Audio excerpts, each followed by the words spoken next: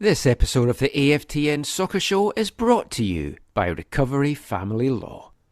Recovery Family Law is here to help you solve your family law problems. If you are going through a separation or divorce, they can provide you the confidence to make good decisions and support to enforce your rights. If you have a question about property, children or support, they have the answers. It's not too late or too early to get help.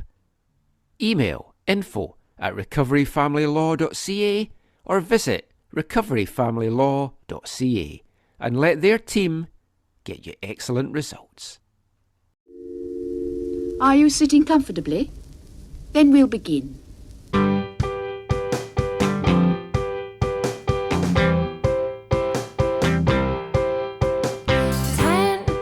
minutes left. Yeah, but there's still some time. It's not the final score. We need more than the numbers we're given. Show us you live and breathe the game. You're more than a name. That's what we came for.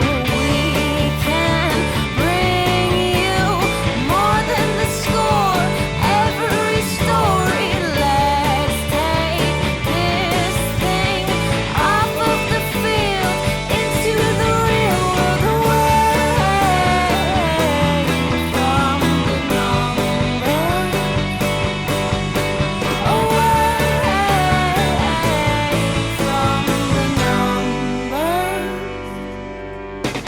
Hello, hello, how do you do? We are the boys in white and blue, and we're back for another episode of There's Still Time, the AFTN Soccer Show, brought to you in partnership by recoveryfamilylaw.ca, broadcasting on CITR Radio 101.9 FM from the unceded Musqueam territory at the University of beautiful and very damp this weekend, British Columbia. I'm Michael McCall. I'm Zachary Adam Eisenheimer. No, give your proper name. You are Just stop it. Stop it. No, stop it. Dr. Business No. AFTN co-host Oh, my Zachary Adam goodness. Eisenhower. I've got a new one of these for every week. If I'm not getting paid, don't call me. What?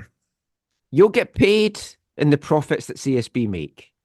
Oh, Once they start making a profit in the CPL, just you watch that money coming in. We will be talking CPL in this show. Whitecaps, Major League Soccer, some Argentine guy that's kind of hit the headlines this week. There's a lot to talk about. I feel it's not going to be a short show. Usually I say I hope it's going to be a short show. In the rundown, I actually cut out a whole part to try and make this shorter. So we'll see how we go with it. I'll mark it explicit. I'll say that off the bat. I'm pretty sure I'm going to be swearing at some point during this show. But before we get into all that, how has your week been? Yeah, another full week in life, and yeah, in football too. Yeah, I've had 5 games in 48 hours. I've expanded from my 4 games in 48 hours. I had one game and it was glorious. I had TSS playing out a 0-0 draw in League One men's division action. Didn't get out to the women's game because it was torrential. The traffic on Highway 1 to Burnaby Lake made it not possible. So I got out for the men's game. It was 0-0. I got soaked through. Saturday afternoon, BC Derby out in Langley. Took that in, as did yourself. Saturday night, Whitecaps Miami. Not the best game from the 3 that I saw. And that included a 0-0 draw. And then today, commentating out at Cloverdale on 2 League One BC games, Unity against Rivers. That was a lot of fun. First broadcast we've done from out at Cloverdale, and I think it went very well. So a busy weekend, still got my voice. Only got soaked a couple of times over the weekend, so we'll see how that kicks in over the course of the week. But I haven't even had a chance to catch up with all the week's football, so I've managed to avoid certain scores. I've spoiled some scores for myself, and I hope to catch up with that in the next couple of days. Maybe even see my wife as well, who knows. But we're both up early on Monday for different reasons. You being a good father, me having to do work that actually pays me. So we're recording this a little bit earlier than usual. We might even have this finished recording whilst it's still Sunday. I don't want to build up your hopes here, but we'll see how it goes. That would be nice. Yeah, you and I both have early, Yeah. like you said, early mornings tomorrow. Let's just cut the small talk then. Let's get into the first bit, the first two parts of this show. We're going to talk about the whole Messi debacle and the different aspects of it, because there is a lot of different aspects about it. We'll chat about the actual game and some Whitecaps on the pitch stuff in part three. And then we'll talk about the other Whitecaps game this past week, the shameful performance against Cavalry, as well as CPL and Vancouver FC stuff and various things like that. So let's just get straight into it. This is what I'm sure many people have tuned into this episode to listen to our thoughts on the no-show of Sergio Busquets. And I mean, I was disappointed. I had hoped to see him as a legend, but he decided not to come along. He has, though, to be fair, logged the most minutes for Miami this season. So I guess it was fair he sat this one out. Yeah, but yeah, uh, yeah. Like you said, there are many ways to look at this and dissect this and think about this. And yeah, it is on a sporting level. In one sense, I think Tata Martino and Inter Miami are justified in wanting to rest their top players. And I mean, ultimately, this is about results. And if you're Tata Yeah. Martino and you're Inter Miami, you say, look, our decisions are justified by the performance our team put in and the result we got. And I know that's painful for Whitecaps fans to hear, but like in one It's the sense, truth. you can't blame them. Yeah. No, he took a gamble. The gamble worked. The Whitecaps took a gamble in terms of ticket pricing. That gamble did not work. Mm. Those are some of the many aspects that we are going to get into. There's been a lot of blame getting apportioned this weekend, a lot of finger pointing getting done as well. The Whitecaps have taken some blame. Miami's had blame. The league itself, Messi himself, folk blaming everyone. And there's a lot of outrage. And I do understand a lot of it. And some of it just baffles me and blows my mind, which we'll get into. We'll try and break it down as concisely as we do things. So obviously that will be over 5 hours in these two parts. I have actually tried to break it down by doing an actual rundown, breaking it down into two parts so we have a little bit of structure with this, because there is a lot to cover. And I know what folk are going to think. This podcast is structured. Yes. Every episode is structured.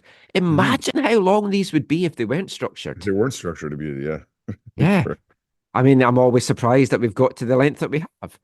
But I think a lot of this situation has shown that the nuances of football, soccer, hasn't fully bedded in with the general public consciousness here in North America. It may never bed in for the casual fan, because soccer operates very differently around the world from here to start with. But soccer as a sport operates very differently from other sports. But the one thing I'll say about that, Michael, when it comes to resting players, I feel like in the North American sports consciousness, I forget the year it was, so people listening to this, they'll probably know the year, but the year that the Toronto Raptors won the NBA Finals, and they had, I forget the guy's name, was it Kawhi Leonard? I'm not a basketball person. I just watched some of the games to follow with my sister because she was passionately involved and into it. But anyways, they're superstar. I think he wore number 2 for them. Kawhi. It's Kawhi is his first name, I'm sure. Anyways, that whole season, there was this big discussion about this concept of load management. So I think for a lot of people who are into North American sports, I think that is a very understandable and popular known term that they understand. So I think the concept of, hey, not every player can play every game, no matter who they are, no matter how their age, no matter the surface, no matter the travel, whatever.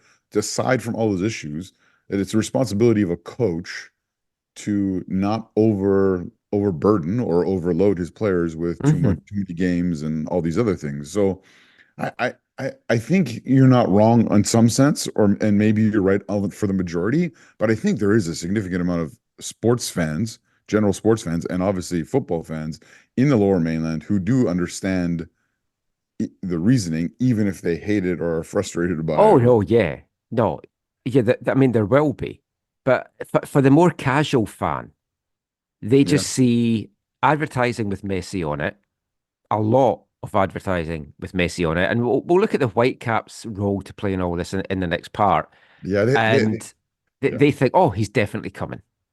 I, I was having this discussion with someone at work on Friday, and I was like trying to put it into North American terms, and I couldn't think of hockey stuff. So I said, think of, I used basketball as an example, and I went, Chicago Bulls. You might Mm, have bought a ticket to see Chicago Bulls when Michael Jordan played for them, but Michael Jordan was rested for that game, and you didn't see him. Would you be outraged? You'd be upset, but it's like you've bought a ticket to see Chicago Bulls as a team. And this is what mhm. this is. You've bought a ticket to see two teams.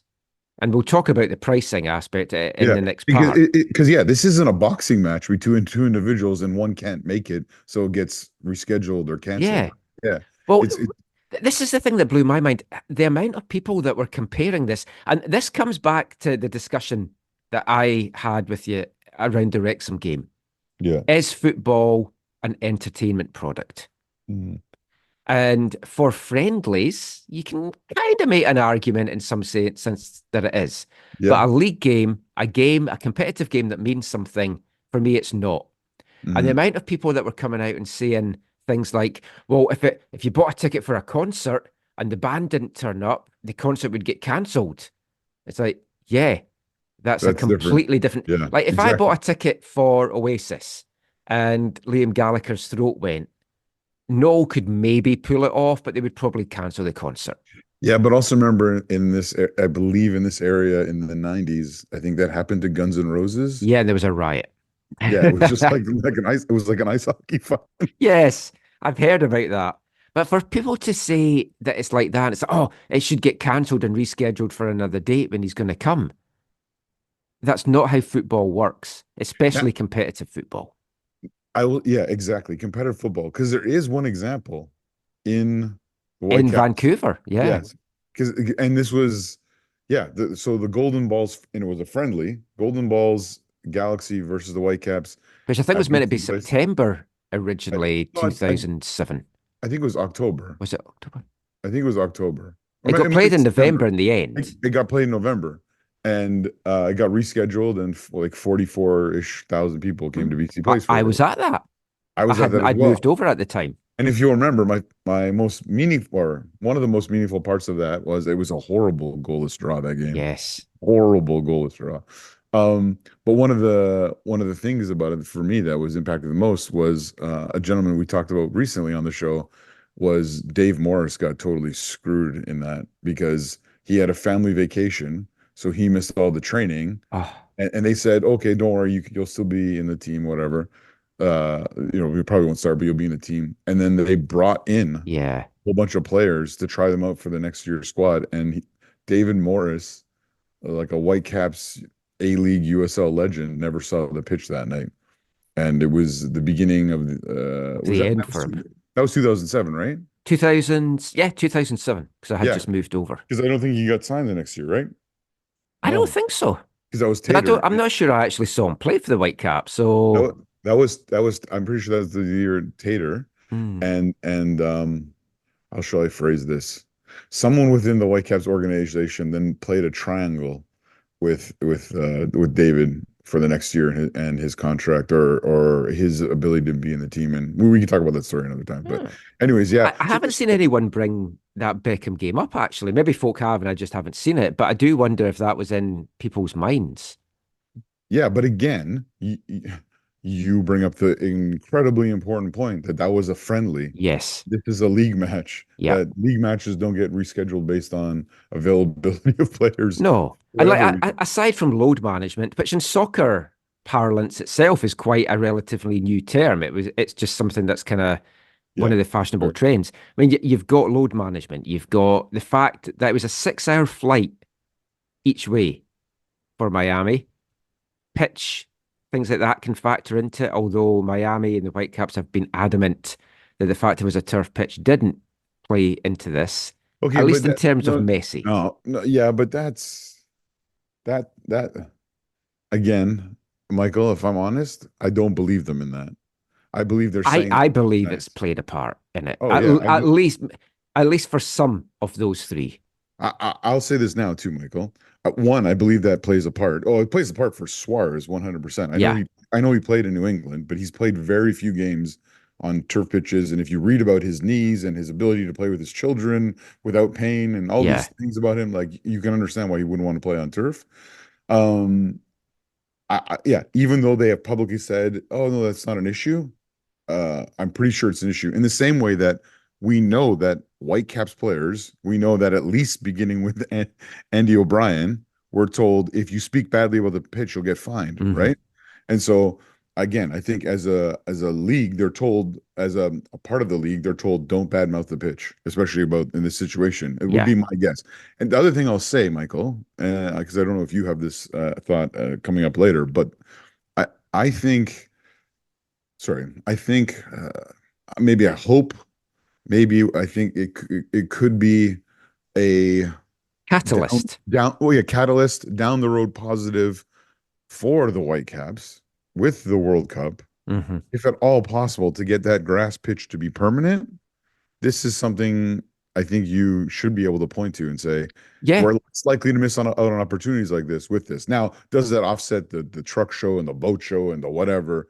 Probably not. But It's making it work. I mean, I was having a chat with someone, I'll just say someone involved in BC soccer circles who asked me a very valid question. Why don't they bring in turf to go over the pitch like they've done elsewhere? Seattle did it in Copa, and Argentina played there and Messi played there. It's the one time I've seen them play. They've done it, I believe, in Portland for some internationals. It's yeah, been yes, played they have. down there. Yeah, yes, they have. I believe Yeah. it was year 1998, and it only cost 60 grand in Yeah, 1998. so I'm sure it's a lot more now, but it is something that can be done. But it was a very valid question that you asked me, and I didn't have an answer to that as to why they maybe wouldn't do that. And I'm pretty sure the Whitecaps players on the whole would like it. They do get an advantage in knowing Mm. their own pitch, but they don't train on it. They hardly ever Okay. train on that pitch. Don't they do match day -1? No, Not at very all. rarely now. They've They done a used to. They They used to. used to, Yeah. but Okay. because everything's up at UBC, it means decanting everything Oh yeah. down. Yeah. Now, I when you look at their home form, as we're going to come to in part three, Mm. that was something I wanted to actually ask Vanni after the game on Saturday, but he had pissed me off so much with his opening remarks. I thought I'm not going to ask Vanni anything because I think I'm going to get into an argument with him here if I start asking questions. So I'll And wait. after and after his closing remarks, you didn't feel like asking. That wasn't the best way to end a press conference after a loss in the week that they've had, to be honest, but that is what it is. We'll come to that in part three. So let's get back to Messi. So the Yeah. rumours started with a tweet by JJ Adams on Thursday, just a picture of a goat and saying, oh, SpaghettiOs. And everyone knew Yeah. what he was hinting at. My phone was blowing up. Friends that's got tickets going, should I sell my tickets? I was like, I've not heard anything, but let's just say JJ would not put that out without Yeah. a Yeah. very solid knowledge of what the situation was, because he knows Yeah. if that's wrong, the He looks Whitecaps bad. would crucify him, the fans would crucify him. So you Yeah. knew there was a lot of stuff in this. Now, Miami had a training session on Thursday, and they didn't Yeah. allow any of the Miami media in. Or they had, but Wednesday they had that big open training session where That fans. no, that was Tuesday Oh, because that it was was the same Tuesday. time as Sorry. the Cats played Cavalry, and Right. like during that, you saw Messi wincing. He was like grimacing in Yeah. some of the balls he was playing, and folk were like, "Oh, that's not Well, looking good." when I And he saw had those just missed a game from injury and had just come back. when I saw those tweets though about that and those videos, I thought honestly, Michael, and this is maybe being cynical, but at the time I thought one, I honestly I thought, oh, he's still gonna come. And two, I thought if they are going to say he can't come because he's injured, then maybe they said to him, "Hey, while you're out there today, can we get some video of you grimacing?" right? So then they can Maybe. say, then they can point back to that, which they didn't, right? No, Which is interesting. But no, yeah. But I cynically, mean, that's what I was thinking at the time. I I had put some feelers out, and at one point, a couple of us here were told, look, he's coming, but there's a good chance he's not going to play. Mm, And I was like, that's not so a good look. shitty in all regards, but at least he's going to be Yeah. here and the fans will see him and he can wave, which some folks said they would be happy with. I No, genuinely don't no. get that. You've paid all that money just to have someone wave, not Yeah. even at you. Yeah. But some folk would have been happy with that. And when it came out that it wasn't just Messi, but it was also Suarez and Busquets, Oh man. it was like, oh, this is not good at all. Now, No. Axel Schuster on the Friday stressed that it's rare that you contact another club to see who is travelling. But that's exactly what the Whitecaps did on Thursday when these rumours broke. And as I mentioned, we'll cover how the Whitecaps come through all this in the next part. But MLS operates very differently from football around the rest of the world. In other leagues, whether Messi was travelling to play a game or not would not expected to be made public. I'm sure in La Liga it wasn't made public regularly whether he was playing or not. And it certainly is not going to be information that you share with an opponent. So they expect, like for me, the expectation for Miami to thus be sharing this way in advance or whatever, I don't think is on. And it's also something that irked Tata Martino because Miami had a press conference on Friday and I was going to play the audio, but it's all in Spanish, even though it's translated. It's like it's easier just to read it. So Tata said on Friday, I think the point is, in which other part of the world do teams have to communicate the Yeah. absence of their players because Yep. the business dictates? That's a legit. Yeah. He says MLS is a specific case. It's very special, and I don't think us as the coaching staff, there's much that we can do to improve the situation. I think that no, because one thing is knowing that we have 3 matches in a week, and the other in which we're getting closer to the week and the matches from the previous weekend in which we played 3 times, which doesn't make a lot of sense, but that was the exact translation. He said it's about evaluating and talking with the players because we could maybe think something 15 days before. But maybe once the moment arrives, the players tell us that they're doing fine and they can play, or they're not doing fine and they need to rest. Yeah. But he said they're coming from being out for a long time. They're reinserting themselves in the team. There's no need to rest in some cases. So it's very difficult to be able to announce a resolution like this with much time in advance. And that's why we have to wait until the last moment. So Tata Martino was adamant that the decision was only made on Thursday morning to leave the 3 of them at home. He Which, said by it the way, had nothing to do with the turf either. It was solely to do with rest. which again, I know I said I don't think it's true, but it could be true. I do want to say, if people haven't read your article, you did a really great article on this that kind of breaking down the press conference or whatever. Yeah, it was partly why I also missed the TSS Unity or TSS Burnaby women's game because I hadn't got that finished in time anyway to get out for it. But it was very hard because Miami like Tata Martino does always press conferences in Spanish. Yeah. So his post game in BC Place was answering in Spanish with us asking questions to him in English and no fucking English translation at all. So Yeah, it we're was, asking questions in English. He's looking at us answering. I have no idea what he said. which He, was he could have incredibly, been calling me whatever. it was incredibly awkward because there was a dude there translating to him the Yeah, questions. So I thought that person would then translate it to we, English, we and were it's like, so, told if you want the English translation, just put your headphones in and go on the Zoom and you'll get a translation there. no, None it of was us not had there. headphones. Or there It was wasn't not. any. It wasn't on the Zoom. No, there was no English on the Zoom, man. So it was a very strict, like he understands everything. But I Okay. listened to the pre-game show as well. And Michelle Kaufman, the well-known American soccer writer from Miami, was on the pre-game show talking Oh to yeah. Ace and Colin. And she said all their training sessions are in Spanish. And the players that don't speak Spanish are having to learn Spanish. There's a little bit of translation for them, but it's up to them to learn Spanish. Oh yeah. I guess Golden Ball speaks Spanish, right? So Mm. It's a very unique Yep. situation. She also said there's players on that team that's been offered trades to other MLS teams where there would be a guaranteed starter, but they're like, no, no, we're happy to be on the fringes because we just want to be in a team with Messi. Oh yeah, that makes sense. Yeah. The when I see, here's the thing. I don't remember Tata doing this when he was at Atlanta. I thought there was some he spoke some English then, but maybe I'm I don't wrong. know.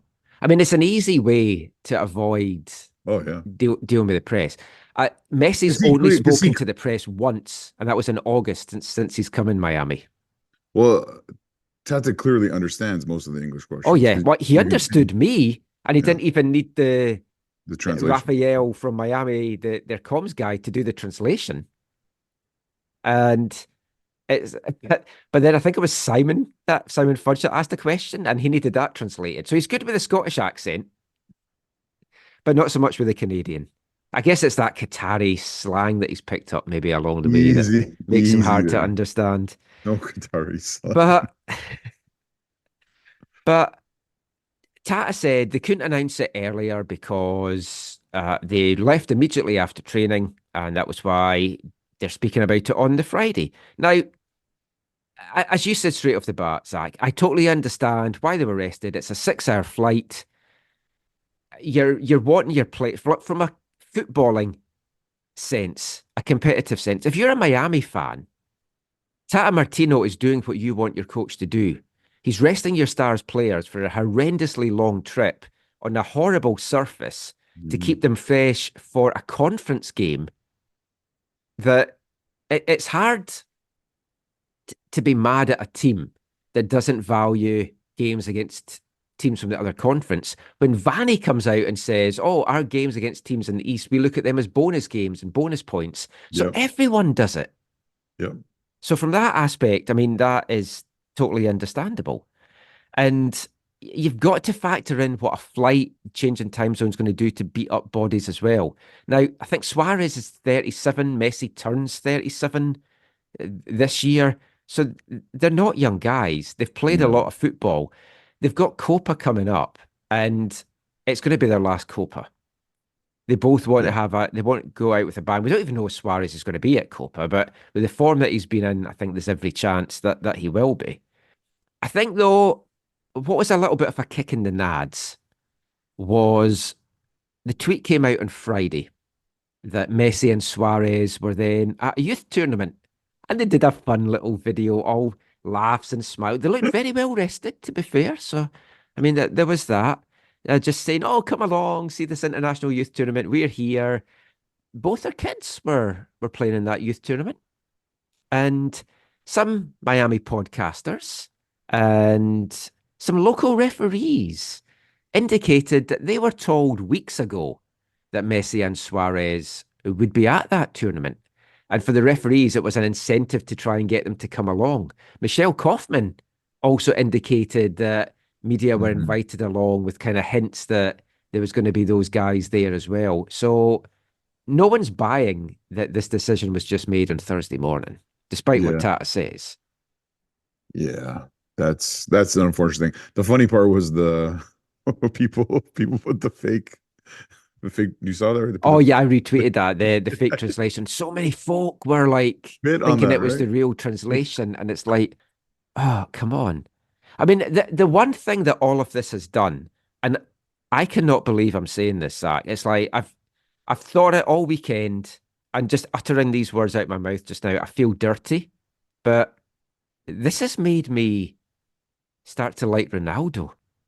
I know, Yeah. as the greatest. I don't know. Yeah, you're talking about Fat Ronaldo, right? Oh, of course, Fat Yeah. Ronaldo. Okay. Yeah. Not CR7. Yeah. No. Who was at the boxing last weekend, and even his seat had CR7 on it. That's exactly. Yes. It's a good job this is not a visual podcast. We'd have to blur out that hand gesture. Um, Oh no. Yeah. He is a piece of work. That oh guy. yes. But El Fenomeno or El Gordo or whatever you want to call him, he's legit. If you have the zone and you've never watched El Fenomeno, you should watch it. There's a really good documentary on there about him. And then also his there's a documentary about his owning Real Valladolid. That's Mm, also really, hmm really fun to watch. Yeah. Now, the big thing with this game is the scheduling aspect.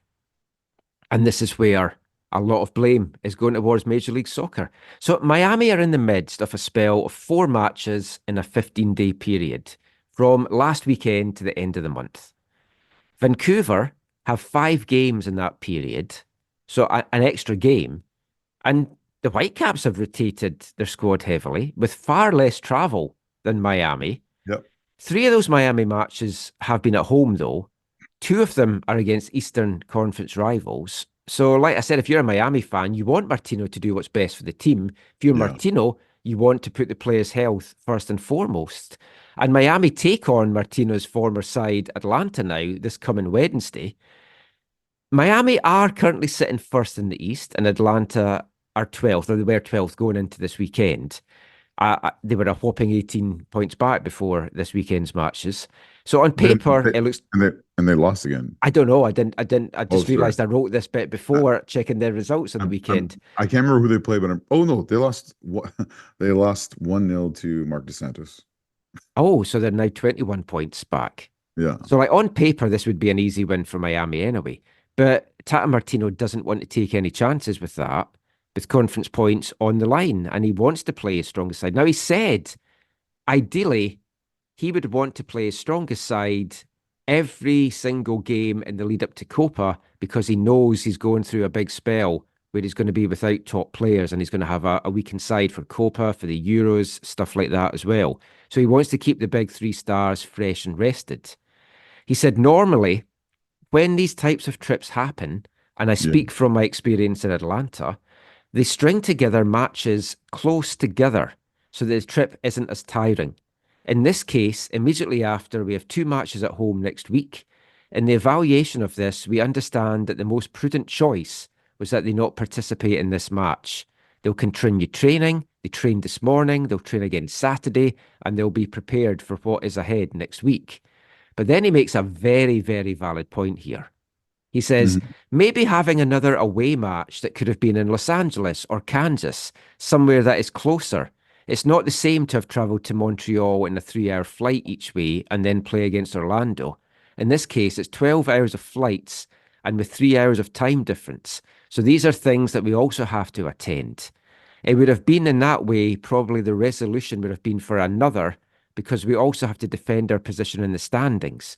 So I won't read the rest, but in short, he's saying, if this was factored in to a midweek game in LA or Seattle or Portland, then the players would more than likely have made this trip. And that is very, very valid. Axel himself said maybe if they didn't have this midweek game, they would still have made the trip because they would have had a week to rest. And we'll never know whether they would or not. But if this was a 2-game Western trip, you can be pretty sure that those players would at least have travelled to have played in at least one of those games. Yeah, which is and I know, so yeah, a lot of this frustration is being put on MLS for this and other reasons, which I'm sure we're going to mention shortly.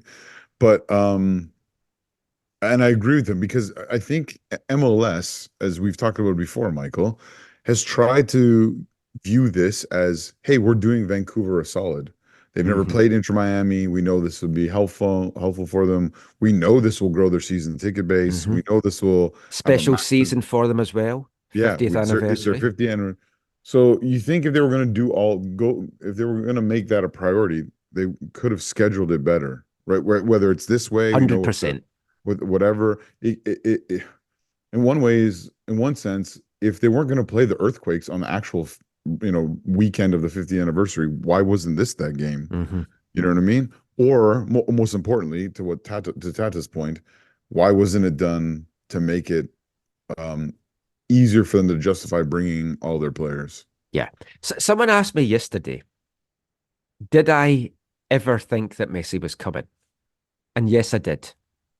And I can guarantee you from speaking to folk at the Whitecaps, every single person at the Whitecaps thought Messi was coming until 48 hours before the game. When you look at the initial comments from Axel Schuster about all this, You feel like they had been given some kind of relative guarantee is probably not the right word, but some kind of A assurances pretty that, solid assurance, yeah. yeah, that hey, he's committed to playing, I mean, when it was like Garber spoke about this in his State of the League address when he was asked about who gets to have Messi coming. And the way he worded it, I took to mean he is kind of expected to play these games in the West. Mhm.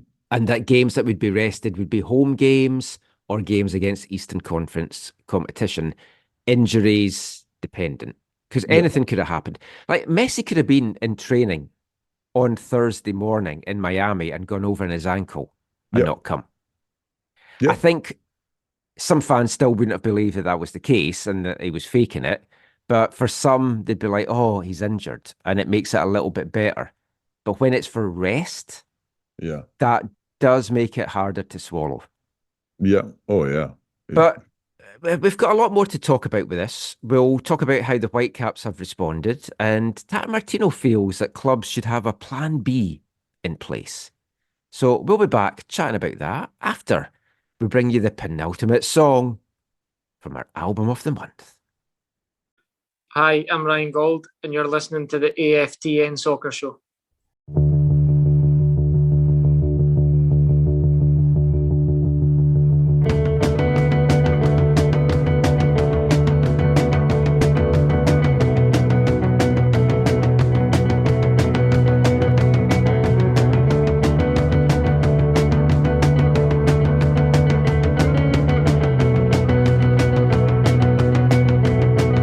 When the sun goes down and my shirt comes off, when he spins me round and then I take his off, yes I know, oh I know. Yeah, he slips it in and then I slip away, and when he kisses my neck I turn the other way, 'cause I know, oh I know. If he hurts me slow, I gotta let him go. He's gonna hurt me slow, oh I know.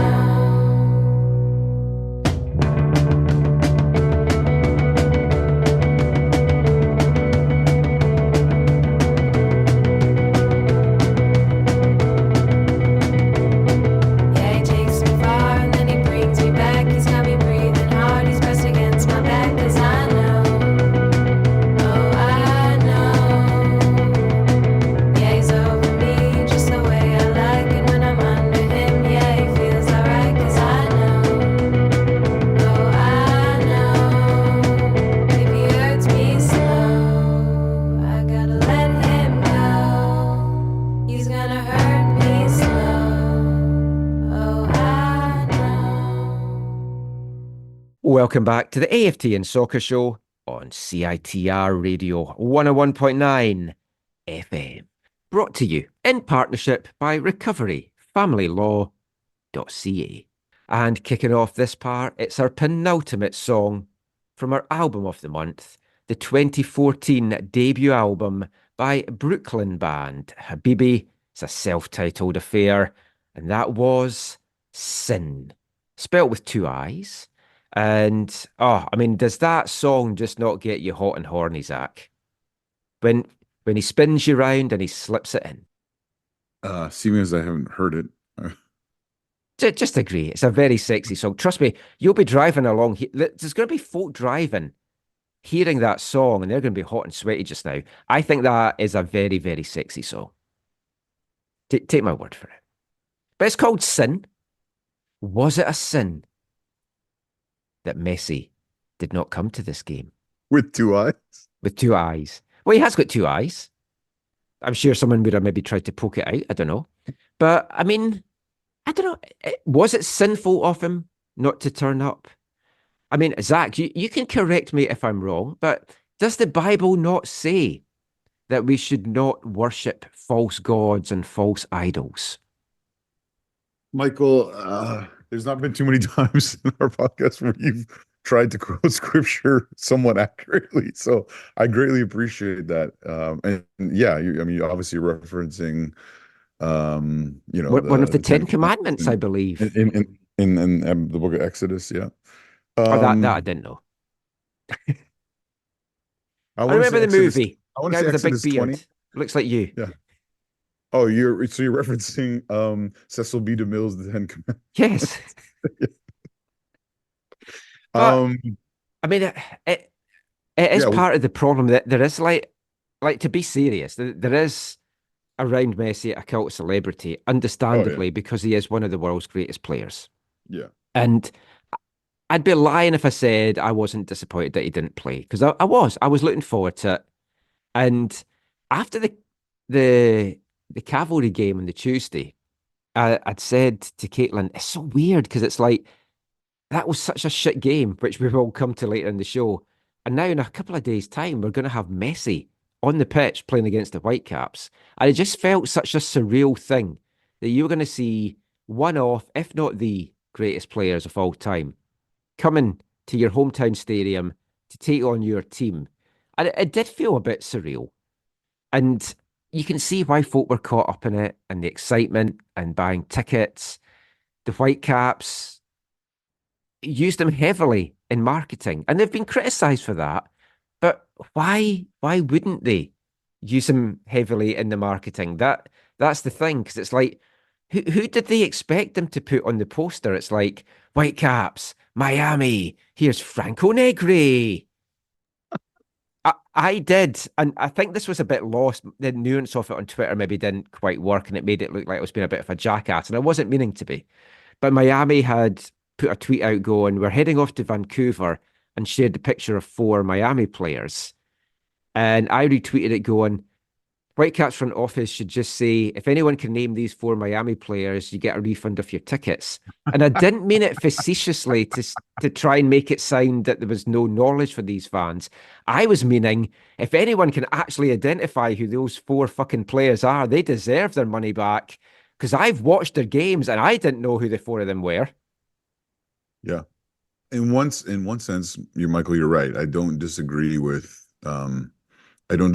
you about who else are the Whitecaps going to use to advertise this game and the season tickets and all this kind of stuff. Like it makes sense. Well, unfortunately, the four main players were Messi, Busquets, Kubas, and Gold, and even Kubas was a doubt for this one up until Yeah, kickoff. but the other side of that coin, which is and we're not a conversation we're not going to delve into deeply now. We've talked about it lots in the past, is that um the Whitecaps in the MLS era have spent a lot of their time and energy focusing on promoting the opponent and their star players Yes, while choosing not to invest in what could be considered star players for for themselves. themselves, yeah. So again, we don't need to have a long No, conversation and in now, this but case, Messi's a different kind of example. But yeah, no, but no, no, in no, but general, yeah. Like even if it they'd miss Messi off and they'd put like Busquets and yeah, Suarez on it or something, it's like, yeah, you are trying to sell. These are players that you know and you've seen on mhm, TV. You've seen them in World Cups. Come and yep, see them play the Whitecaps on Saturday. yeah. Yeah. So But if like every club is going to do that to various extents, and in Messi's case, you cannot tell me that no club that is playing Miami this year is oh, of not going to course. feature Yeah, yeah. Messi on their promotions. It's like, come on, what are folk expecting?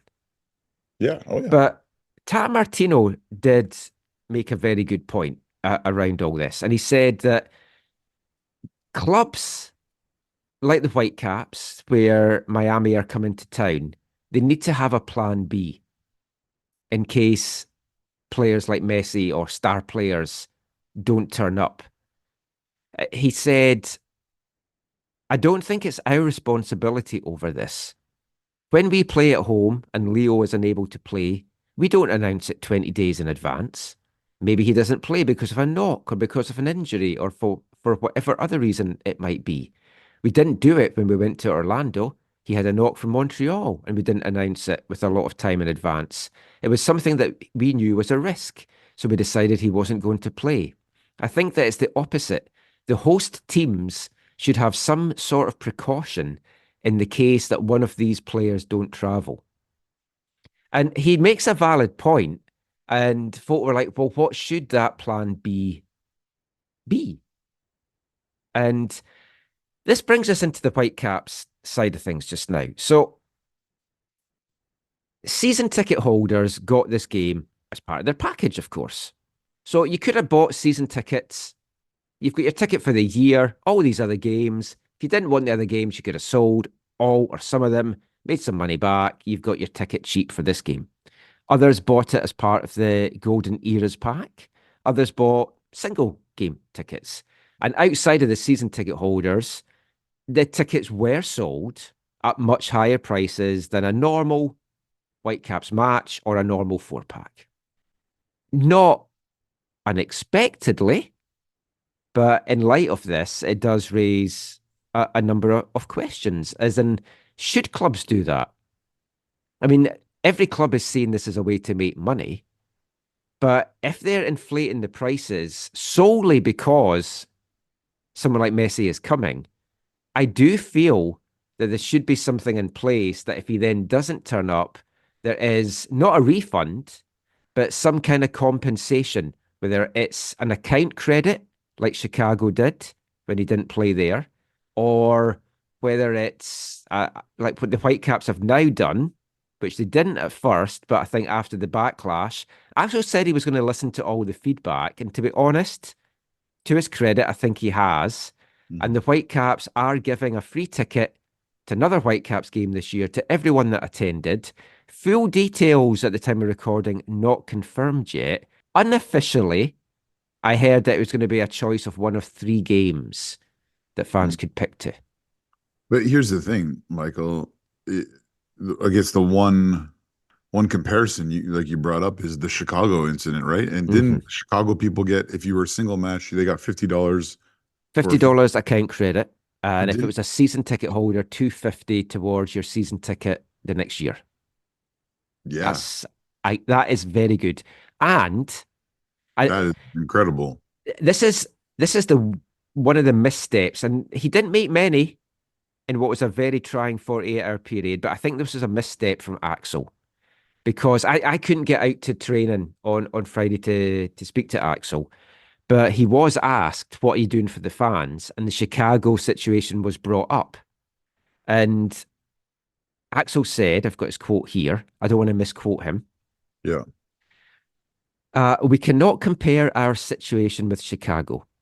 Chicago is an Eastern Conference team that will play Miami again next year. And Messi is supposed to be in this league for this year. So people in Chicago have the chance to see the game. They have offered a credit for a future ticket that people can actually use for another Miami game. And that's not what basically the Whitecaps could do. So for that reason, I don't think that we can really compare what Chicago did with what the Whitecaps have. I don't understand that logic, because it's precisely because Miami's not coming back that you should be giving the fans something. It's like Chicago could turn around and say, okay, we're sorry, he didn't come, but you've got a chance to see him in 2024. He's coming in August. Yeah. Whitecaps haven't got that unless the Whitecaps draw Miami in the Champions Cup or Leagues Cup, and they might come here. That's the only chance we're probably going to get to Messi, unless MLS realise they've really fucked up and give us another home game next year. But I don't see that happening. Because again, there's not a guarantee he's going to turn up for that. It would be nice if the league kind of put their hands up and said, yeah, we maybe got the scheduling wrong here. Let's give this another go. I don't see them doing Vancouver any favours. But for a long time, MLS Whitecaps era fans, this is to them just another, maybe even definitive example of the league, hating Vancouver and not caring about Vancouver and mistreating Vancouver and the fans there. So you could also argue Montreal screwed us over because it was the tackle in that game that injured Messi that made him miss the Orlando game. And maybe if he was 100%, he may have come. We don't know. I mean, I genuinely always thought he was going to come. I wasn't 100% convinced he would start. I said to you, I could see 20 minutes off the bench or something. I think I said similar things at the time on the show. I think between you and I think I said, yeah, I don't see how I can see him not playing or not coming, not playing because of the field, because of whatever else. But I did honestly think, I was hopeful for the fans here that the way it was all being set up and the way Axel had talked about it, the way the Whitecaps had talked about it, that, oh no, that somehow they have assurances. Hmm. And so I feel, I mean, the layers to the ticket buying is crazy. I mean, you didn't fully mention it there, Michael, but the Whitecaps, I don't know if they capped them at 16,000, but they reached 16,000. I Yes, think season ticket they holders. capped the limit. Yeah, so they've never had that. They've never had that high. That's especially for full season tickets. They've never had that in the MLS era. So this really, I forget what the. Do you remember what the number was last year? Was it 11? Was it 13? Was it Oh, 9? no. I I want to say it was over 10 last year, I think it was. but that I was think it with was 9 the equivalents. year before. I think that was with equivalents, though. I think Yeah, especially with that was including like fan packs and various things. But I yeah, mean, it has been on the rise for a couple of years. And obviously, there was a clamour and a big demand for this game, and there was excitement for the Whitecaps and 50th anniversary, the Golden Era pack, everything like that. But they must. And I asked Axel about this when it was announced on our mhm, show. yep, Like, was he going to stress the fans that he may not turn up, and were they prepared for him not to turn up? And it's like, we're not looking at that as a situation. Now they should have, and I mhm, do think this is the only fault that I put at the Whitecaps' door. They needed to have a quicker response to this. Now they might have been like floored by the news that they weren't coming, but no yeah, matter when, as soon as they heard it, they should have had something in place. And to wait as long as they did to offer the fans the free ticket made it look like they were reactively dealing with this and not proactively yeah. dealing with it. And there's going to be some fans that were never appeased. And the most unhappy fans are the folk that like pissed their money away on the resale market. And Which is so considerable. yeah, Like people, because people were, you go back to the whole biblical aspect of this. People were so excited to see this out of this world footballer mhm, that they were willing to buy. But lots, I know people who sold their season ticket to yeah. paid for their season ticket this year and maybe next and maybe more. That yeah, those people have, I think, little to no recourse, right? Yeah, I joked with you. I was considering buying a pair of season tickets just to basically sell this and make some money. I didn't Yeah, in the end, but eh, I can understand folk being desperate to see him. And for many people, it might be the only chance that it would ever get to see him play live. I mean, who knows? Argentina may end up playing here in the World Cup.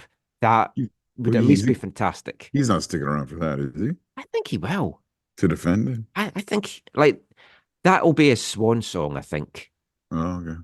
I mean, it's not, I mean, that's only 2 years away. I mean, but he already walked so much of the last World Cup. You're going to walk another World Mm, Cup? it was kind of rigged a little bit to help them win it, I think. But I mean, he might be here. You never know what's going to happen in that regard. I genuinely feel sorry for the kids that were so excited. And Yeah. I got sent messages from various people. Someone sent me a message saying that their football club that had bought a bulk of tickets, so many of the young players weren't wanting to go anymore.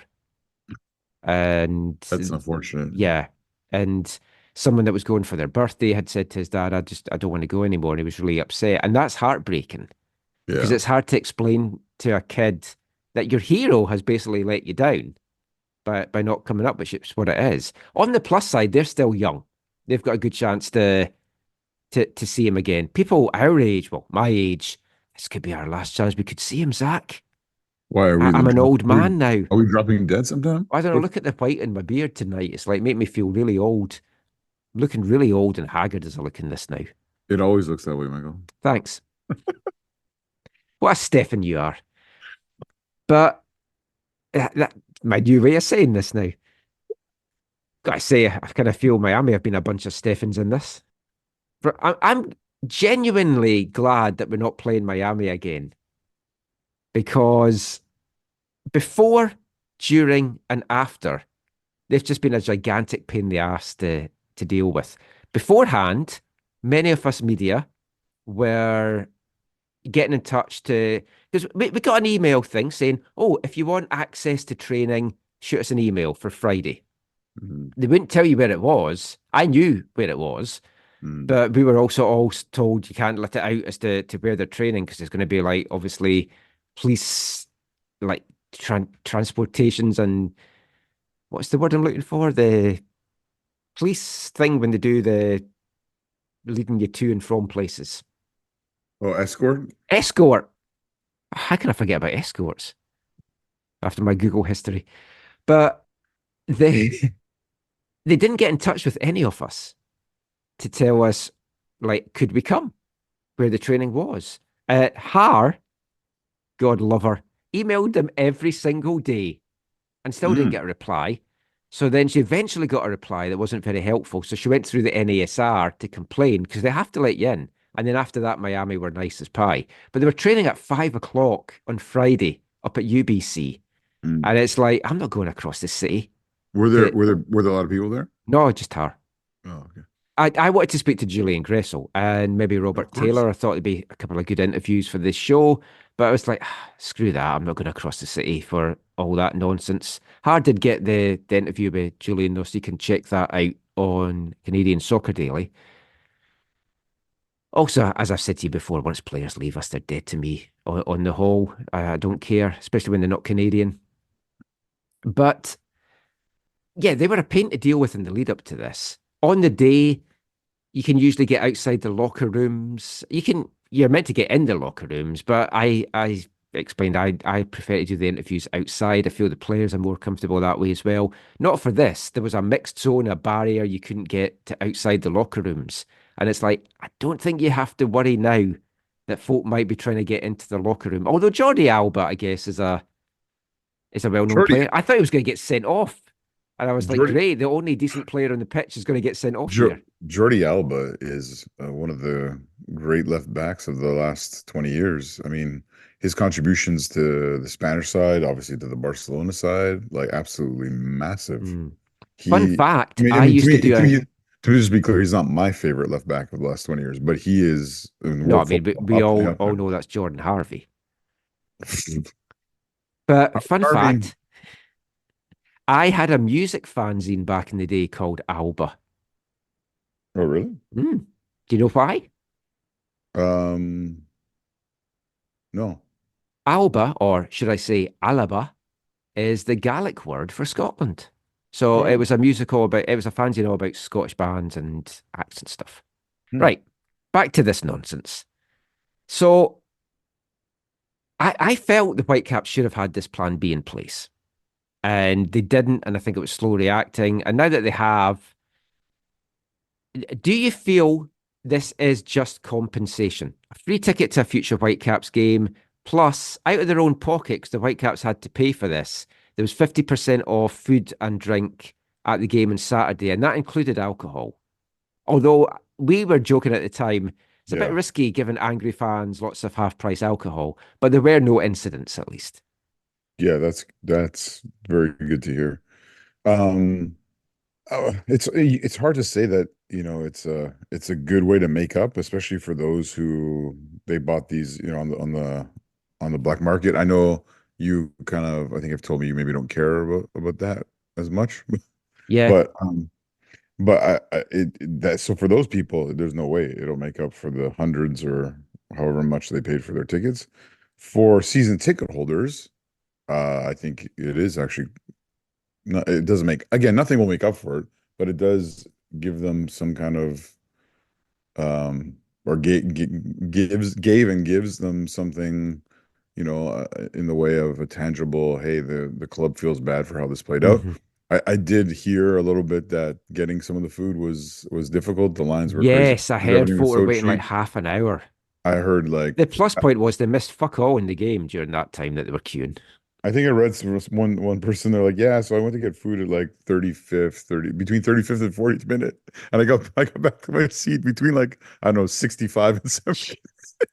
But then also I also read reports somewhere, I don't know if it was Twitter or whatever. It was like, yeah, they ran out of food at my at the stall. Oh, So like I think wow. maybe it might have been in the upper deck. I'm not sure. Um, Wow. I but mean, yeah, a lot of this event was getting used as well as kind of a trial run for the upcoming World Cup, and that included the policing aspect with the escorts to and from UBC, from the airport, stuff like that as well, security.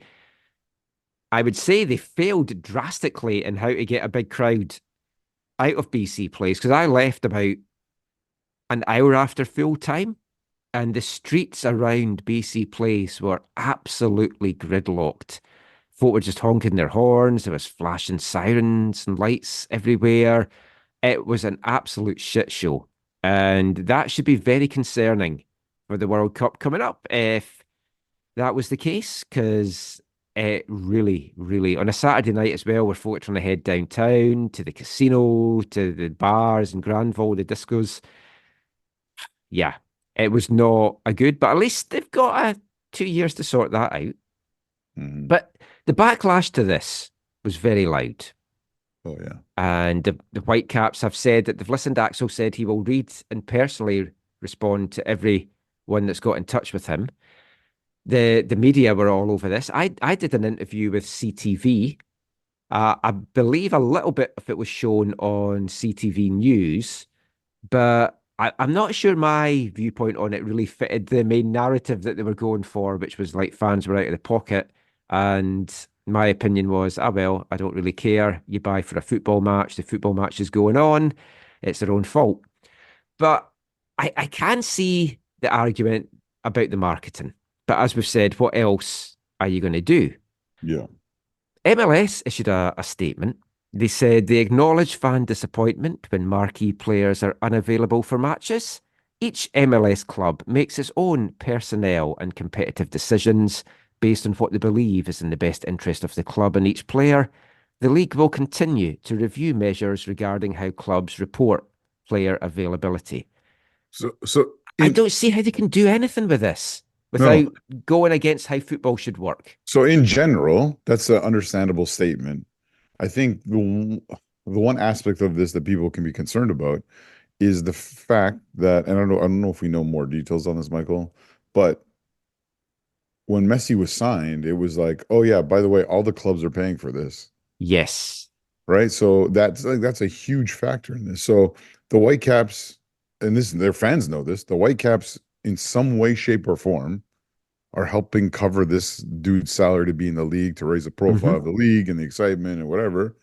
Because they're meant to get the knock-on effect from all the extra Yeah. Apple subscriptions and stuff and everything Well, like that. But they've missed the largest benefit of that, which is having the dude come to your stadium, sell it out, and play there and put on a show. And if anything, they've got horrible PR out of this. Oh, it's been the exact. I like genuine opposite. question for you. Amongst season ticket holders, the answer I would say is probably no, or at least long-term season ticket holders. Maybe not new season ticket holders for this year because of this game. But do you feel that this has done irreparable damage to a large selection of soccer fans in Vancouver for the Whitecaps? Yeah, it hasn't helped for some people, that's for sure. When you read the comments, and you But listen to I the stories. genuinely think it has. Yeah, I think as our good friend Andrew Delbar has posted on social media, there are kind of loud voices on either side of this that are kind of a little bit hard to take, right? Yeah. So you Yeah, have one person in particular on Twitter, and I know he listens to the show. You know who you are. So I don't it's even know like what you're talking about. I'll tell you in Okay, the next familiar. break. Maybe you Goes could to drop. VFC games. Oh, okay, we can talk about that later. But no, uh what was I going to say? Oh yeah. So some people on the one end are like, hey, I deserve a refund, right? There's that crowd, right? Especially especially those I think who pay like crazy money. And then the other side of the spectrum, there's the Whitecaps fans who say, hey, no, this helps us beat Miami. Shut up, you know? And so both ends, you can understand how they would be frustrating to listen to, I think, right? Yes. Because yeah, there were some Whitecaps fans who are like, well, I have a season ticket. I didn't pay to see Messi. I'm paying to see us win. So this gives us a better chance to win. I'm okay with this. Yeah. Like, I genuinely which I think is more your perspective in general. Well, it was. I genuinely thought this is a great chance now for the Whitecaps that they'll come away with the 3 points. They'll put on a show. It's their chance to win over some of these fans and make them think, oh, you know what? our local team is actually really good. Instead, they kind of shat the bed a little bit, and we'll talk about that very, very shortly. There is a petition that has been started by some irate fans, and I won't give it too much airtime here, but it's laughable, most of what they say in it. But their three main concerns are misleading promotions because they used Messi, blah, blah, blah. Always going to happen. You can dismiss that. The one thing about that, I will say that was awkward, that I don't understand. It was just a small thing I think they could have fixed, was when they put out the letter, the email, the whatever, saying, "Hey, we've just become aware of this. We just want to let you know." Yeah. On on that very page was an ad for the game with Messi in it, Oh, which is just like, oh, like that's something so small that you could have fixed so yeah. easily. And it was just like I saw a number of people put that on social media saying, this doesn't sound super genuine. No. Yeah, I can Right. see how So, folk would look at that. Another concern yeah, was inadequate compensation, so we've addressed that. And then the unjustified premium pricing. Now, I will say I've got an issue with this just in general as a football fan. The clubs do look to make money, but it's not new. It's like in the Premier League, you've got like oh, they had band dynamic A pricing. games, band Yeah. B games, stuff like that. Even Wimbledon had that in League Two for certain games, depending who you're playing, was different prices. So there's always going to be increased prices for what is perceived to be the bigger games. The Whitecaps will strongly disagree with this, but I think they set the prices way too high without 100% guarantee that Messi would turn up at this. And you can never 100% guarantee this. So with the other side of that argument, of course, if they set them too low or higher than normal, but not significantly high, is then the scalpers get them all and make tons of money. I mean, the scalpers would have got a big chunk of them anyway, and there was still a lot of empty seats. Like, I know they announced 51,000, but there was a lot of empty Well, that's seats in 50, so various pockets of the 50, stadium. that's 51,000 sold. So there were still Yeah. 3 to 4,000 that weren't sold, that likely you got to imagine would have sold when he landed, kind of thing. Someone sent me a message saying, on Friday, I contacted the Whitecaps because I wanted to get a ticket to the game to cheer on the Whitecaps and support. And they said they're not selling tickets anymore. That's terrible. And I'm like, no, that's a good thing because you'd have been paying a high price. You can just go on Ticketmaster now and pick it up dirt cheap. Yeah, that's true. So I'm glad they stopped ticket sales because that would have just been an even bigger disaster. Mm. But yeah, this was a chance for the game, for them to, on the pitch, maybe win some of these angry fans round. Didn't quite work out that way. And we'll be back chatting about that after our final song from our album of the month. Hey, I'm Julian Gressel, and you're listening to the AFTN Soccer Show.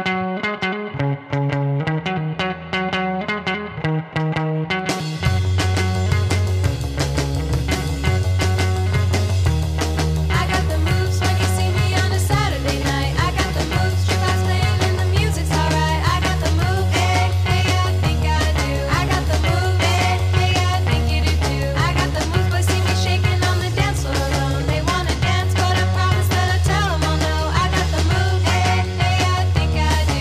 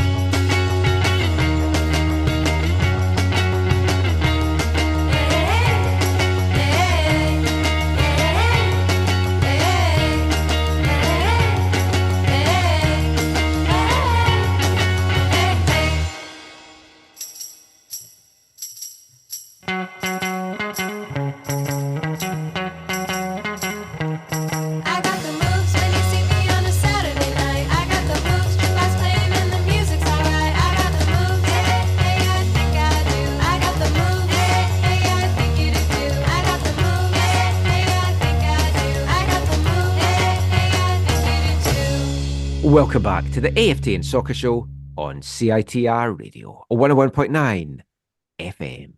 Brought to you in partnership by recoveryfamilylaw.ca. And it's that sad time of the month. It's the final song from our album of the month, 2014 self-titled debut album from Brooklyn five-piece girl band Habibi. And that was the first song I heard by them and from the album. I loved it immediately. I checked out all their other stuff. It was used in an Apple ad back in 2014. We've used it several times on the show before. And the last time I played it, a couple of folk were asking me what the song was. And I was like, you know what? I should make this our album of the month. And that's exactly what I did. That was Habibi. I got the moves that'll shake it on a Saturday night, which only wish the Whitecaps had on Saturday night, but they did not. Habibi, hope you've enjoyed them this month. Their third album, the 9-track Dream Machine, comes out on May 31st. That was why we picked them as album of the month. Check that out in all the usual places. I've heard a few songs from it. It is an absolute belter. We'll be back next episode with our new album of the month, and I've got a couple in mind that I'm going to go for. Might go for one from the 90s, or I might actually go from one from this year that I've been really enjoying. But yeah, I've got the moves. Whitecaps certainly did not have the moves, Zach, on Saturday night. Let's finally get round. Let's put all the bullshit off the pitch stuff behind us. Let's talk about the on-the-pitch action, which wasn't much more. I was going to say fun-filled. that the off the field stuff was more interesting. It was more interesting and more entertaining. Two Oh, games in a yeah. week of Saturday BC plays, bored out of my nut. And we'll come to that first game in the next part. Now, post-game, and I kind of alluded to this at the start, Oh, yeah. let me just get Vanni Sartini's opening quote up here from the game. This was not good. No. So the way the post game works, there's a mic that gets passed around. So I had it first to ask the question to Tata, and then when Vanni sat down, the mic was elsewhere. So I had a few things I wanted to ask, but after he answered this first question, I genuinely thought to myself, I can't ask him what I'm wanting to ask him and give him my thoughts, because he's going to so disagree and we're going to probably end up in an argument, which isn't great. So he was asked about his team's performance against Miami, and he said, first words out of his mouth, I don't think it's a disappointing performance. I think it's a disappointing result. It's a disappointing way that you lose. I think that we tried. We put a lot of effort.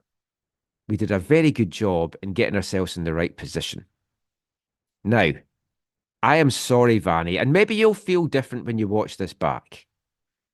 That was a disappointing performance as well as a disappointing result. It was an absolutely awful performance. I tweeted that out just before Gold had pulled one back. It was dreadful in all aspects. They finished the first half with no shots on target. You're playing a weakened Miami team.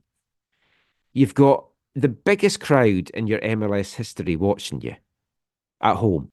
You've got an angry section of that crowd that really don't want to be at the game, but they've spent money on the ticket, which one thing I didn't mention is a few folks said, oh, I'm just not going to bother going now. Why? You've spent the money on the ticket. It's like, do you want to just piss the money away altogether?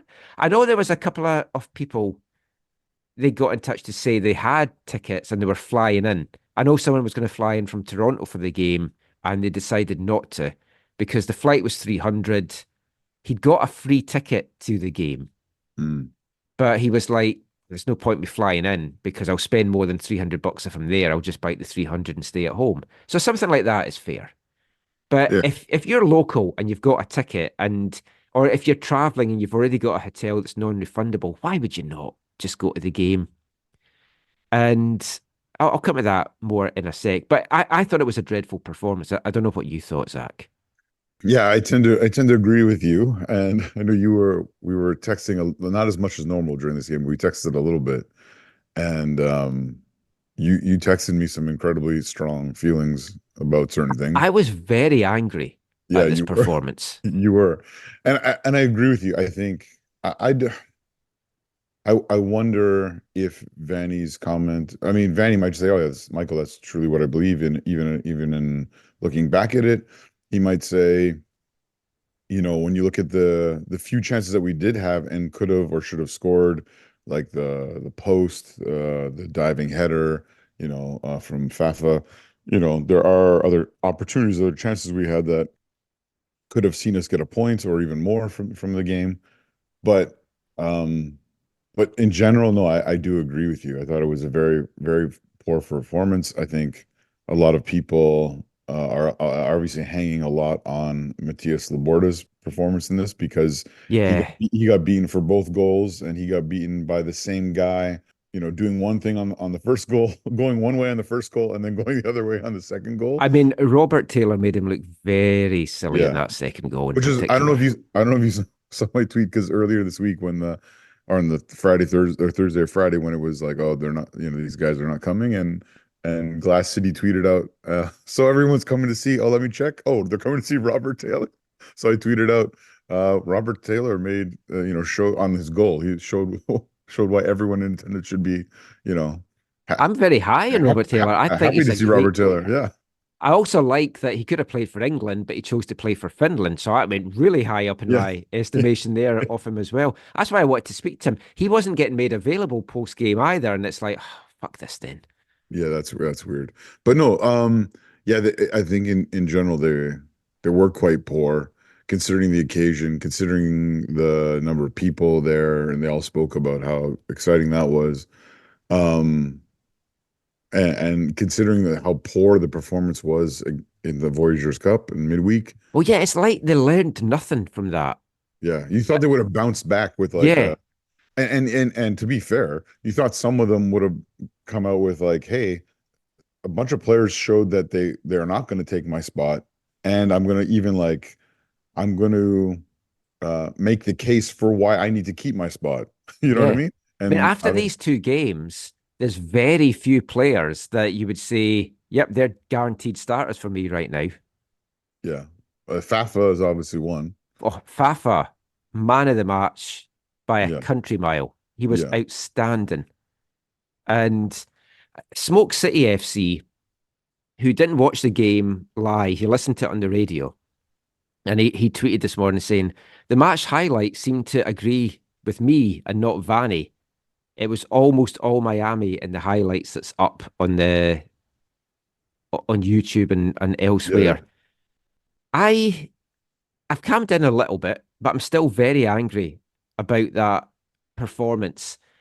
You can miss chances. If you're creating and you're missing chances, fair enough. 2 shots on goal. The goal comes from a penalty. yeah, In the last 5 games, they've scored 2 goals and they've both been from penalties.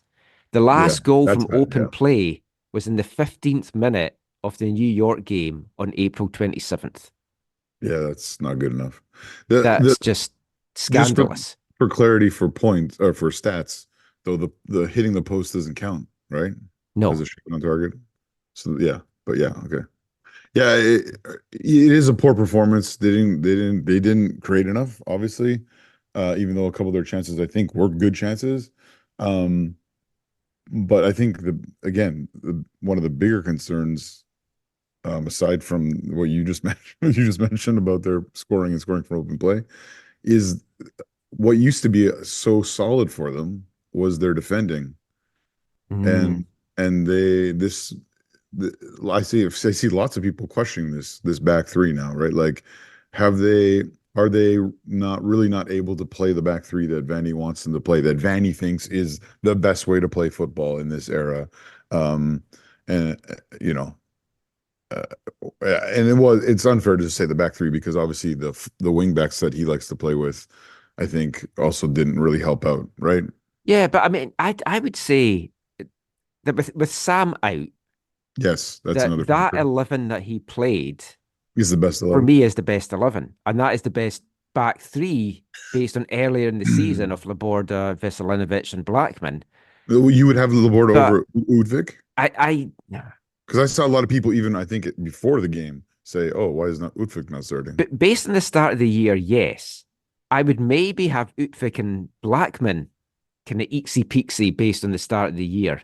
But from recent games, I think it is Ranko, Blackman, and Utvik. Mm. And Yeah. like Javane Brown has been good when he's come in. Mm-hmm. And we haven't even seen Bilal Halbouni. We don't even know what he's capable of doing back there. But right now, and like Van even said this post game, I think Javane Brown's kind of earned himself a start because when he's come in, he has looked really good. And obviously, it's a small sample size, but like right now, he can't do any worse than what we've had from the defense in some of these games. But do you think that back three is a problem? Because it feels like to me, Michael, that they don't have the support from the wing backs. And Yeah, when they the back don't, three is a big problem because of the space. Yeah, And because when you're playing a team like Miami with a guy like Taylor out wide, they just have to put the ball into there or thread it through there. Yeah. And the wing backs are not tracking back. Yeah. And they can just, like you saw with Buanga, he just had a field day against them. Totally. And like Robert Taylor did as well. Yeah, exactly. So when the fullbacks don't, the wing backs don't come back to support, or don't put pressure on a Jordi Alba, right? And he threads the needle to Taylor. Yeah. That was such an easy pass that he made. Oh, yeah. Then you're exposed in those spaces, or the wide center back moves out and it messes everything up in the middle. Because even you could say, I mean, I don't know if you want to get to the goals per se, but yeah, well, I mean, we're kind of touching goal. the first one there. I mean, Alba just threaded that through perfectly, and then Taylor just does the rest. Yeah, great. It was like, what a finish. Yeah, got to say, first and foremost, from Robert Taylor, that was an absolute beauty. But it's also not like it's the play you expect from that position. That's the hard part, right? Yes. You expect a right-footed guy to cut back on his right foot and bend it to the far post. And like Takao, there was nothing he was going to do to stop that. He was full stretch, and like even if there was a bigger keeper that he still gets criticised for, which I still think's ridiculous, it's like I don't know if anyone would have got that. It was hit so well. So the second one, then you have this. Second one's horrid. You have this attempted sliding, lunging tackle by Kubas on Campagna that puts him out of the play, right? Campagna plays it wide to Taylor, if I'm not remembering this wrong, right? And then Taylor again, he's up against Laborda. Yeah. And Laborda thinks fancy footwork. Well, Laborda thinks, okay, we've been here before. Yeah. I know which way he's gonna go. Taylor fakes to the right and then goes to the left. And then no one is picking up the run for Campagna. Yeah. And it's just like, again, I think with the center backs losing and not enough coverage from midfield, it was too easy. It was so simple. It was like football 101. I'm like, yeah, there's probably like a drill that those Miami players do like all the time, you know? I mean, at halftime, you thought, maybe they'll just get the kick up the arse that they need and they'll come out all guns blazing. And they started a little bit on the front foot to start the second, but as soon as that second goal in, I mean, it sucked all the energy out of me, and I think a large part of the crowd as well. Now, so much was mentioned about people felt it was an electric atmosphere, and like post game, Simon had asked Tata Martino about, when you see a great atmosphere like this, does that make you feel like Vancouver is a World Cup city? Again, the answer was in Spanish, so I have absolutely no idea what he said about that. I didn't think it was that electric an atmosphere. Was that because you were like so seething in anger at the performance? Possibly. Okay. I think I was just very grumpy in general. I'd gone in a good mood after being out in Langley early in the afternoon. We'll get a to that VFC later. win. We'll talk about that in the next part. But I went to the game full of expectation. I thought they're going to come. They know how important this is to the club in terms of if we go out and put on a show, then some of these fans will forget, not all, but some will forget about everything that's happened and they'll go home happy thinking, that was a brilliant game of football. The Whitecaps played out of their skin. They really showed those Miami fuckers, or Miami Steffens, as I'm now calling them. So, can you just clarify, what do you mean by calling someone a Stefan? After a certain German manager. Oh, no. Michael, it's my new way. Stefan and the gang. He's not. Oh my goodness, he's not coming. So you're sticking with this. I'm just mad that he's not coming because it's ruined 2 years of gags. Oh, I've still got my Chuck E. Stefan Cheese and the sponsored Zachary Adam Eisenheimer stuff. Stefan and the gang. Oh my goodness. But I, I, I, I don't know what in particular is maybe so angry about this, but it's the first time I've left the press conference really questioning Vanni. Hmm. I'll come out and say that now. And I was talking to Gemma from Canadian Press about this on our way down to the post game. I was like, do you know what? After that performance against Calgary and that performance today, where he Hmm. hasn't got a response from the team, you've got to start to wonder, is Vanni's coat on a sugary peg, as we say in Scotland? Because that's two bad results in two very big games. Now, if they had gone out to Cavalry and then put up that performance, I could very well have seen Vanni going. Now, I don't think he's going to, but it would also be out. It's the way to change the narrative about the whole Messi thing, because you then having everyone talking about a coaching change, Yeah. which But is I not the don't, reason to do it. But how the team has played for the last month is very good reason that there needs to be change. And I'm not saying, I'll stress this now, I'm not saying Vanni should go because he seems open to making changes. But as you will very well know, the proof of the pudding, Zach, is in the eating. yeah. I'm not a pudding fan, but yeah, I know what you Oh, mean. I am. Um, yeah, I mean, Love a spotted dick.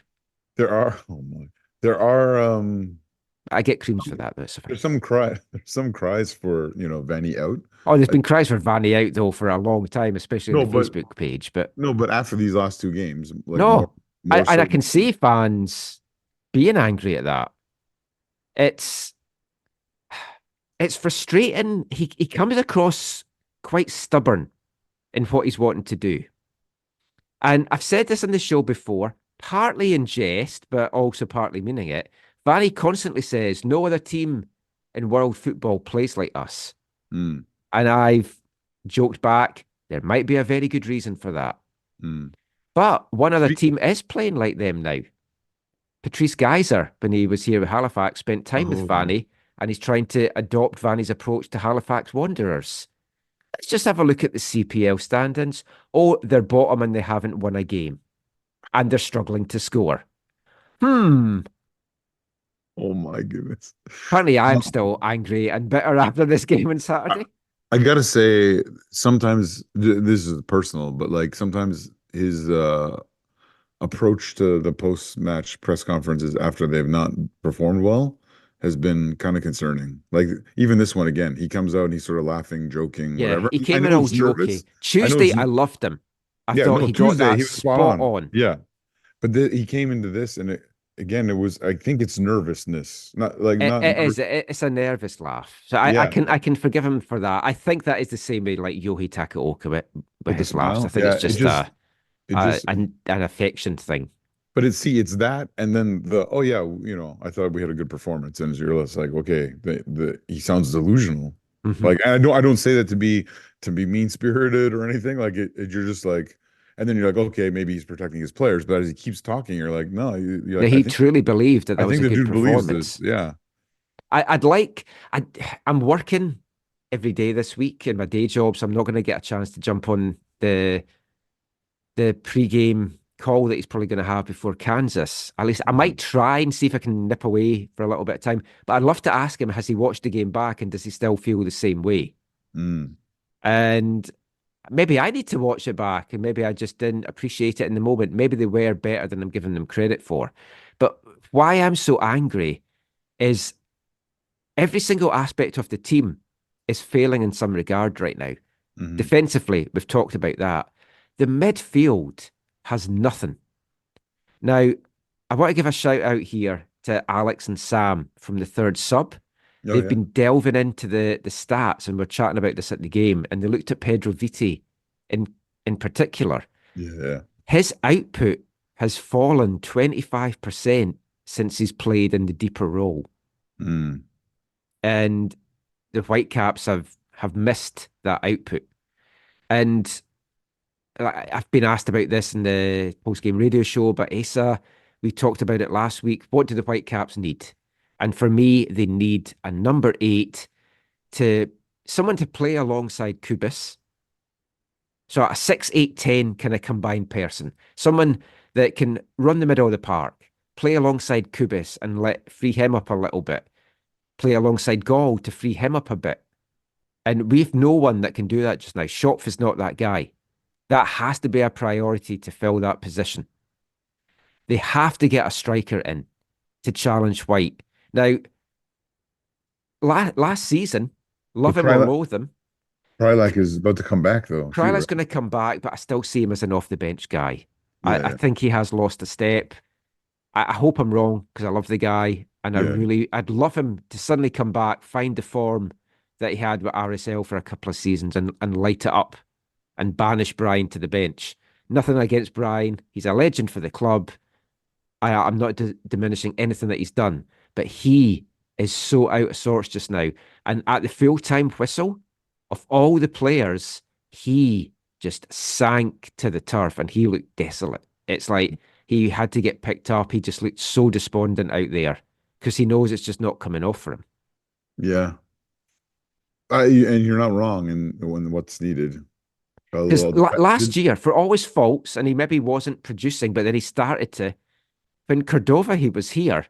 Oh, yeah. White had a challenger. Yeah. And maybe that brought the better out of him. Now, White's looking around just now, and he's like, Levante Johnson's not going to be challenging me. Damir's injured, and even if he's fit, he's not going to be challenging me. You could put Fafa through the middle, but he's doing so much damage out on the wing. And the couple of really good chances that Fafa missed in this game was when he was right in front of goal in the middle. Yeah. And like for me, Fafa was the man of the match, but he was also kind of a villain of the match because he needed to take at least one of those chances. I'm getting quite irate here, but it just was so an anger-inducing performance for me. It was weird of you to say he was both like the hero or like the best performer and the villain. He was the only one that had any spark, though. Yeah. Like even Ryan Gauld wasn't looking himself. Ali Ahmed's still not up to his full game. Wow. Ryan Raposo, I'll give Ryan flowers. He came on and he changed the game a little bit. And Ryan Raposo can do that. But Ryan Raposo's not a starter for me for this team. He's a guy that can come off the bench and do stuff like this. Yeah. And Levante Johnson, what's the point of bringing him on with 4 minutes to go? Well, again, just to try and get a spark to get that equalizer. But Gold, you got to say, at least he still has the ice in his veins from the spot. And you know. Yeah. He wasn't Calendar guessed the right way, but he had the power to take it past him at least. I mean, it was all set up for him to miss. It was like, the last 48 hours, he's going to miss this. But no, he buried it. But they just needed to lay siege after that.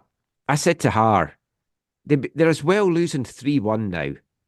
And just going out all guns blazing. And to be fair, the closing moments, it kind of felt like a hockey playoff game.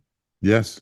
Where Miami just had everyone back behind the ball, and it was as if the Whitecaps had pulled the goalie, they had the extra man, and they're just trying to fire shots in from everywhere. But they needed to have that passion about half an hour earlier.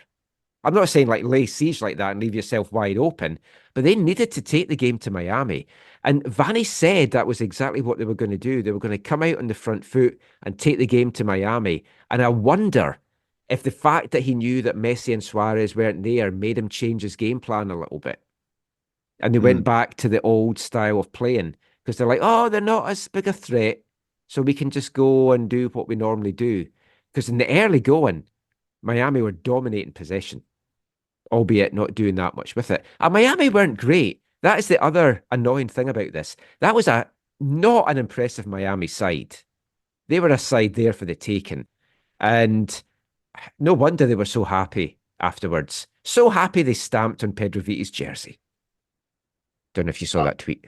I think that's an accident. I saw you. Oh, no, I know. I put that out for shits and giggles, and it kind of blew up a little bit more than I was expecting. Oh, well, yeah. I'm not surprised at how it blew up, but that's obviously that was unintentional. No, it was a genuine swap at the end of the game, and I think there's a couple of jerseys on the floor, and it's just unfortunate that Rojas is stepping on it. Yeah. And someone sent it to me, And I said, oh, I'm just going to put that out for shits and giggles. It just sums up the last 48 hours. No, Went to bed, you woke stirred the up. I was pot. like, oh boy, folk are really taking this as being Yeah, that they did it on purpose. yeah. Which you shouldn't be surprised at, Michael. No, I know. I mean, part of me probably thought that was going to happen though as well, I've got to say. I just felt that they just lacked everything in this. And as I mentioned, it's 5 games now without a goal from open play. They've been blanked in 3 of those 5 games, including one against a CPL side. 2 shots on goal. They score from the spot. I can't take any positives from this game at all. Well, actually, I can. They finished in 7th where they started. They could have dropped down further. Well, So at there least you go. some other results went their way. There, I found a positive. Yeah, it is really hard to see positives from this. I was hoping you were going to come and be Mr. Positive here. No,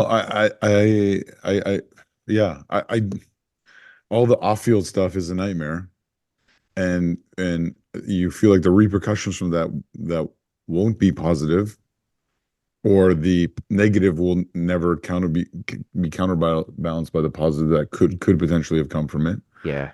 And the performance was really, really lacking. I mean, if we look around the rest of the West, I haven't had a chance to watch any of the action at all. So we'll just go through the results. LAFC beat I watched, Atlanta.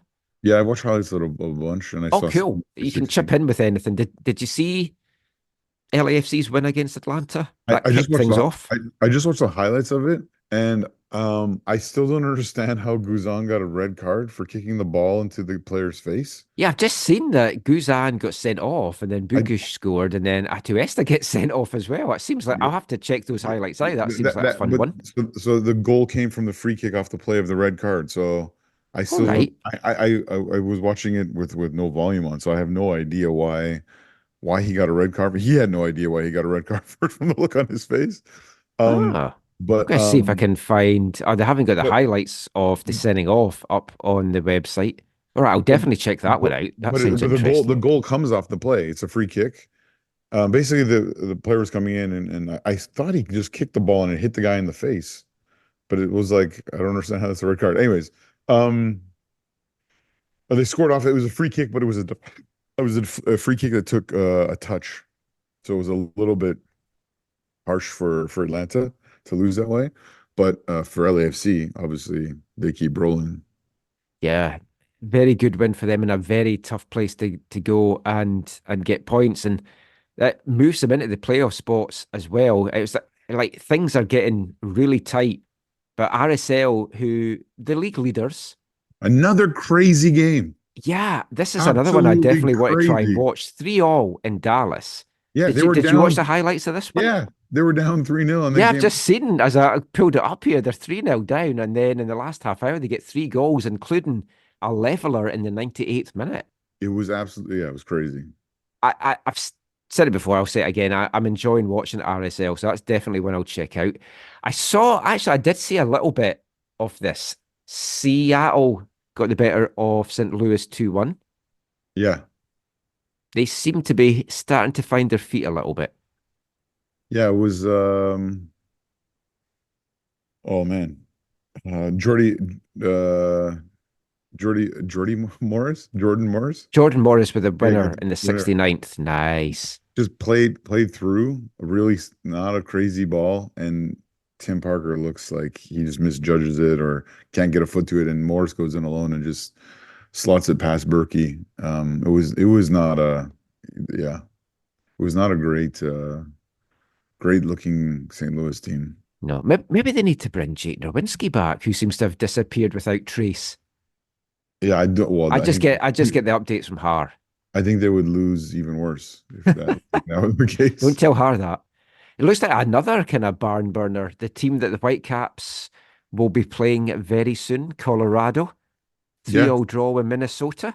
Another This is crazy another game one that it looks like Colorado that I came only back saw. with 2 late goals. Well, I only late-ish saw. goals. I only saw parts of that, but dude, the big part of one of the big parts of that was before they got the equalizer, Sinclair stopped a penalty. I'd So heard that happened yeah, because I heard Alex and Sam talking about it. it was one of those ones where he went to the left and then got the ball going down the middle with his foot. But yeah, then the goal was not the equalizing goal was not great. But again, you're at altitude, and in the bigger picture, I think Minnesota will be, okay, at least we got a point from Mm. that horrible place to play. Houston went to LA, opened the scoring with Latif Blessing, and then just before half time, LA tied it up. And then the Galaxy gets the winner from Ricky Pooge just before the hour mark. Another good win that keeps the Galaxy rolling along. Yeah. San Jose and Austin played out a 1-1 draw. Was your buddy Ebobisse got the opener, right? Yeah, I do like him. Imagine Well, if we could bring him here. I don't think San Jose would be keen to give him up, but there needs to wide open be at the back post on that goal. there needs to be players like that brought in to the Whitecaps. That's the kind of guy, like maybe, but I've been going on about Chicha Arango. That's maybe a bit, they were never going to get him on a turf pitch. But someone like Ibo Right. BC, you think you could definitely make a play for him. He's used to playing on turf when he's been in Portland, and he just seems to keep doing it. And San Jose, I, I, I do feel there's a good team in there, just waiting to break out. They're starting to get some breaks. They're starting to get some points, some results now as well. And again, that's worrying for the Whitecaps because it's a team that could make a bit of a run if they get it together. And the Mhm. last game, Portland came away with a 2-1 home win against Kansas City. Evander with the winner. The Yeah. Whitecaps now heading to Kansas City for a game on Wednesday. And it's going to be a tough one. We don't do great there notoriously, but it feels like a Kansas City side that I was going to say is ripe for the taking just now, but I don't think the Whitecaps can say that in any confidence because we're not really firing on all cylinders either right now. Yeah. But at least, yeah, Kansas City's coming off a loss. Yeah, I mean they're rock bottom now. San Jose's gone above them, so Kansas City's bottom, San Jose's 13th, then Dallas 12th, St. Louis 11th, and Portland 10th outside the playoff spots. Seattle's in 9th on 17 points, Houston 8th on 18, and then the Whitecaps 7th on 19. Mm. Depending how results go in these Wednesday and Saturday games, the Whitecaps by the end of next weekend could very well find themselves outside of the playoff spots. And just going back to Vanni's situation, if that is the case, it might be a bit of a tough decision for Axel because they're away to Kansas City, then they come home next Saturday to take on Colorado. And I like Colorado. I think they're a very good team. Right Mm. now, the way that both sides are playing, I see Colorado coming here and getting the win. So, to go along with the joke that many people have made on social media, so are you slipping like Axel some like free dollars for DoorDash or whatever the company is? No, I want Vanni to stay. I like Vanni as a person. I like Vanni as a coach. I like his passion. I want him to be less stubborn. At the end of his press conference on Saturday, he said, "Yeah, there needs to be changes." And I'm paraphrasing, but he said, "If you keep doing the same things over and over and it's not working, it's basically stupidity. I know there needs to be changes. There's not going to be massive tweaks." He said, "I'm not going to go 4-4-2 with long balls forward." And I said, "Shame." And Felipe just looked at me. Well, he did end the conference talking about changes, but I think there were Yeah, more societal ones. yeah. I don't think he. Yes, that was at the very end. Oh, don't start me in that either. I mean, he makes very valid points, but Oh still, it's no. maybe not the time and place after a defeat in the 48 Yeah. hours it's been ahead. But to be fair, he was asked about it. No, He he was didn't bring it asked. Yeah. up. He was asked. Yeah. But he has said he's open to making changes. And if he does, and he is, and they make the changes, they play a different style, they are more creative, they move the ball differently, they approach games differently, and ultimately can bring some players in this summer as well to make these differences, then yeah, Vanny definitely deserves to stay. But if he keeps doing as he's doing, and the players aren't changing, and the tactics aren't changing, and the results aren't changing, you have to start questioning him. You sort of alluded to this before, but do you think it's just these players can't play the way he wants them to? Yes. Okay. And he mentioned that about Fafa, who I've just said was my player of the game. And he said in that first half, Fafa wasn't yeah. understanding what he Yes. needed to do besides shop.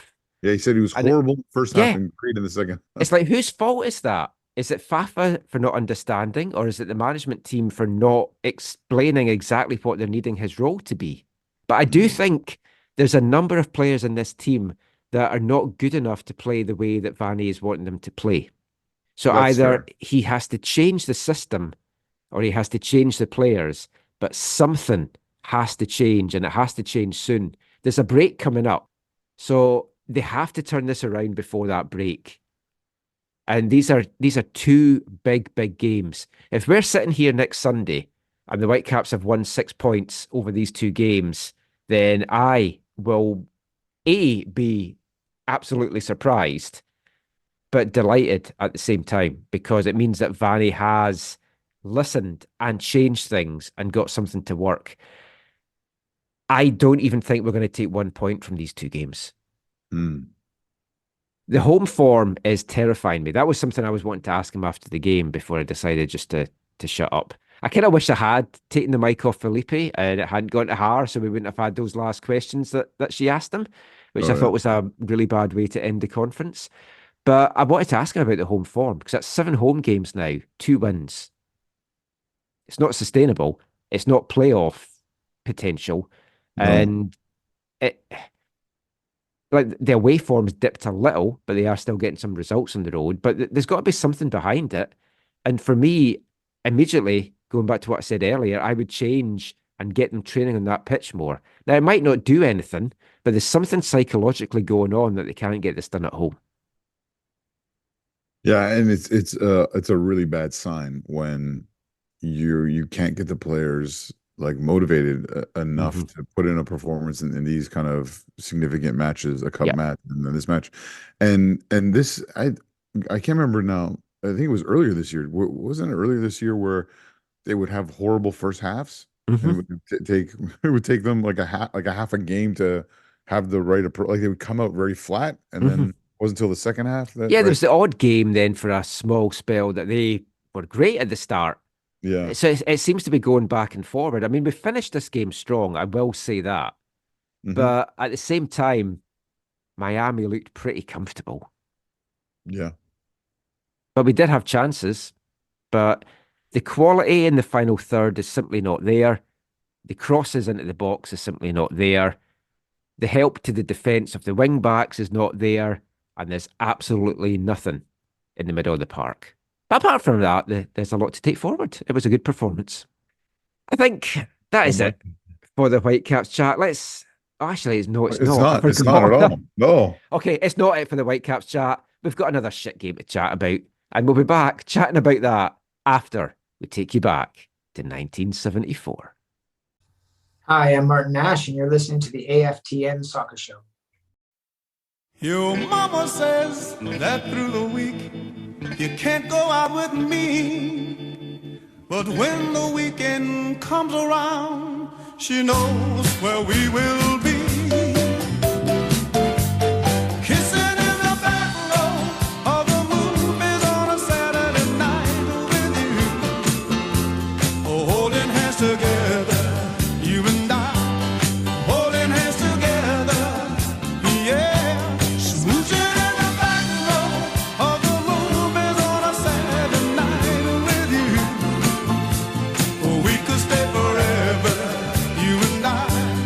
We could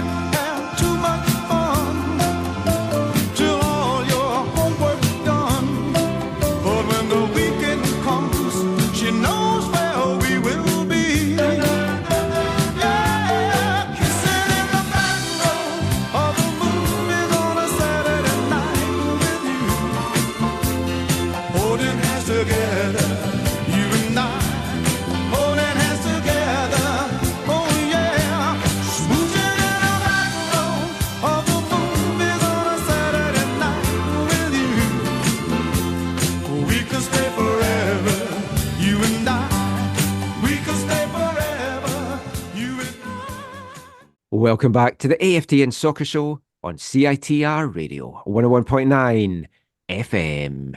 I am Mr. Grumpy Pants, Michael McCall, and I'm joined by our good co-host, the Burger King himself, Zachary Adam Eisenheimer.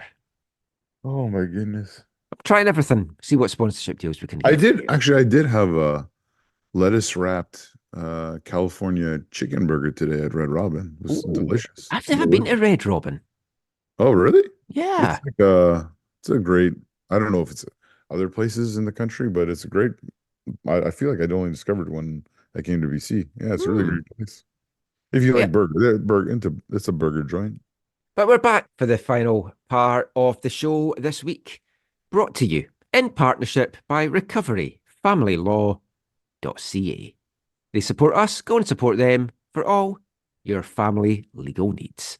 And if Red Robin is listening and they want to support if they want to support us with some free burgers or Uncle Fatty's pizza. Do you know, I went along to Burnaby FC TSS, as I mentioned, on Friday night. Yeah. And they've got a big sponsorship sign up going, sponsored by Uncle Fatty's Pizza. I was like, oh, superb. I'm a bit peckish. I'm soaking wet. There's going to be some pizza. No food at all. Just some kettle corn. Very disappointing. But anyway, kicking off this part, we've gone back to 1974 and a different kind of song than what I usually play. I like this kind of music, even though I don't play it very well. I've got a very eclectic taste, but it's a very well-known band from the 70s, The Drifters, with their 1974 hit, Kissing in the Back Row of the Movies, released this week, 50 years ago in 1974. I mean, does that take you back, Zach, to Kissing in the Back Row of the Movies? That was you, right? Someone's beard was tickling me. I was kind of sworn it was you. It was dark. It was hard to tell. Oh my. Have I ever kissed in the back row? I've definitely kissed in the movies. I don't know the back row, but yeah. I think I have. I've sat in the back row. When Cheryl and I were dating, at least once that I can remember. Probably more than once, but definitely once. Jaws? Jaws the movie? Yeah, of course.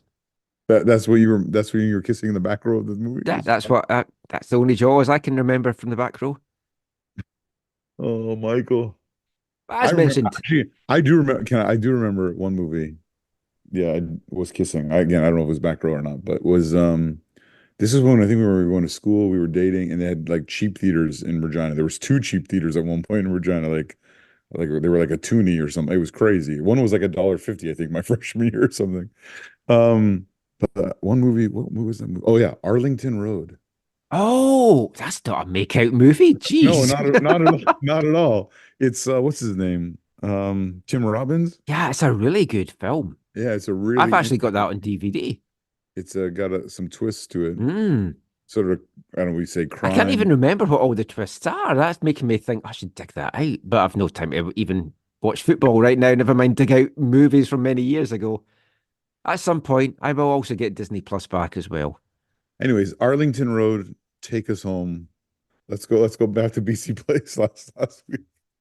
Boundary Road. Well, we'll get to that shortly. But first of all, we're going to go back to 1974 and the Whitecaps this week, 50 years ago. They had a double header of matches. June 1st, they travelled to Denver, Colorado to take on the Denver Dynamos. And the next night, they were in Dallas, Texas to take on the Dallas Tornado. Games on back-to-back nights in 2 different states. You wouldn't get today's prima donna players turning out for that. I mean, to be honest, they really shouldn't have happened back then either. Games back-to-back is not conducive to good football. But that is what the Whitecaps were facing. And on Saturday afternoon, June 1st, 1974, they headed into Mile High Stadium. 3,325 fans in attendance for a 0-0 draw. The game went to a penalty shootout in which the Whitecaps came away with the victory. The following evening, though, they fell to a penalty shootout loss after a 1-0 draw at Texas Stadium against Dallas Tornado. 9,286 fans out in attendance for that one. Victor Cardea gave the Whitecaps a 41st minute lead before the tornado tied things up just 2 minutes later from their literal superstar. In other words, he had actually won the TV show Superstars. Kyle Rote Jr., the man in question. The game finished at 1 apiece after the 90 minutes. It went to a penalty shootout. The Lenarduzzi brothers, Bobby and Sam, saw their penalty saved, and Dallas came away with a penalty shootout win. So a win and a loss over the weekend for the Whitecaps. And that was This Week in Whitecaps Land, 1974. So from the past and the Whitecaps 50 years ago to the Whitecaps bang up to date, we're going to talk about, just very briefly, the second match that the Whitecaps disappointed in this past week. A 1-0 loss to Cavalry in the Canadian Championship, quarterfinal second leg, scraping through on the away goals rule, Zach. And we were on the press conference with Tommy Fielden Jr. on Monday. He and I asked gave him. gave me a bit of stick for not going to see him in person. I asked him about the away You goals. asked him about the away goals rule. He loved the away goals rule on Monday. Yeah.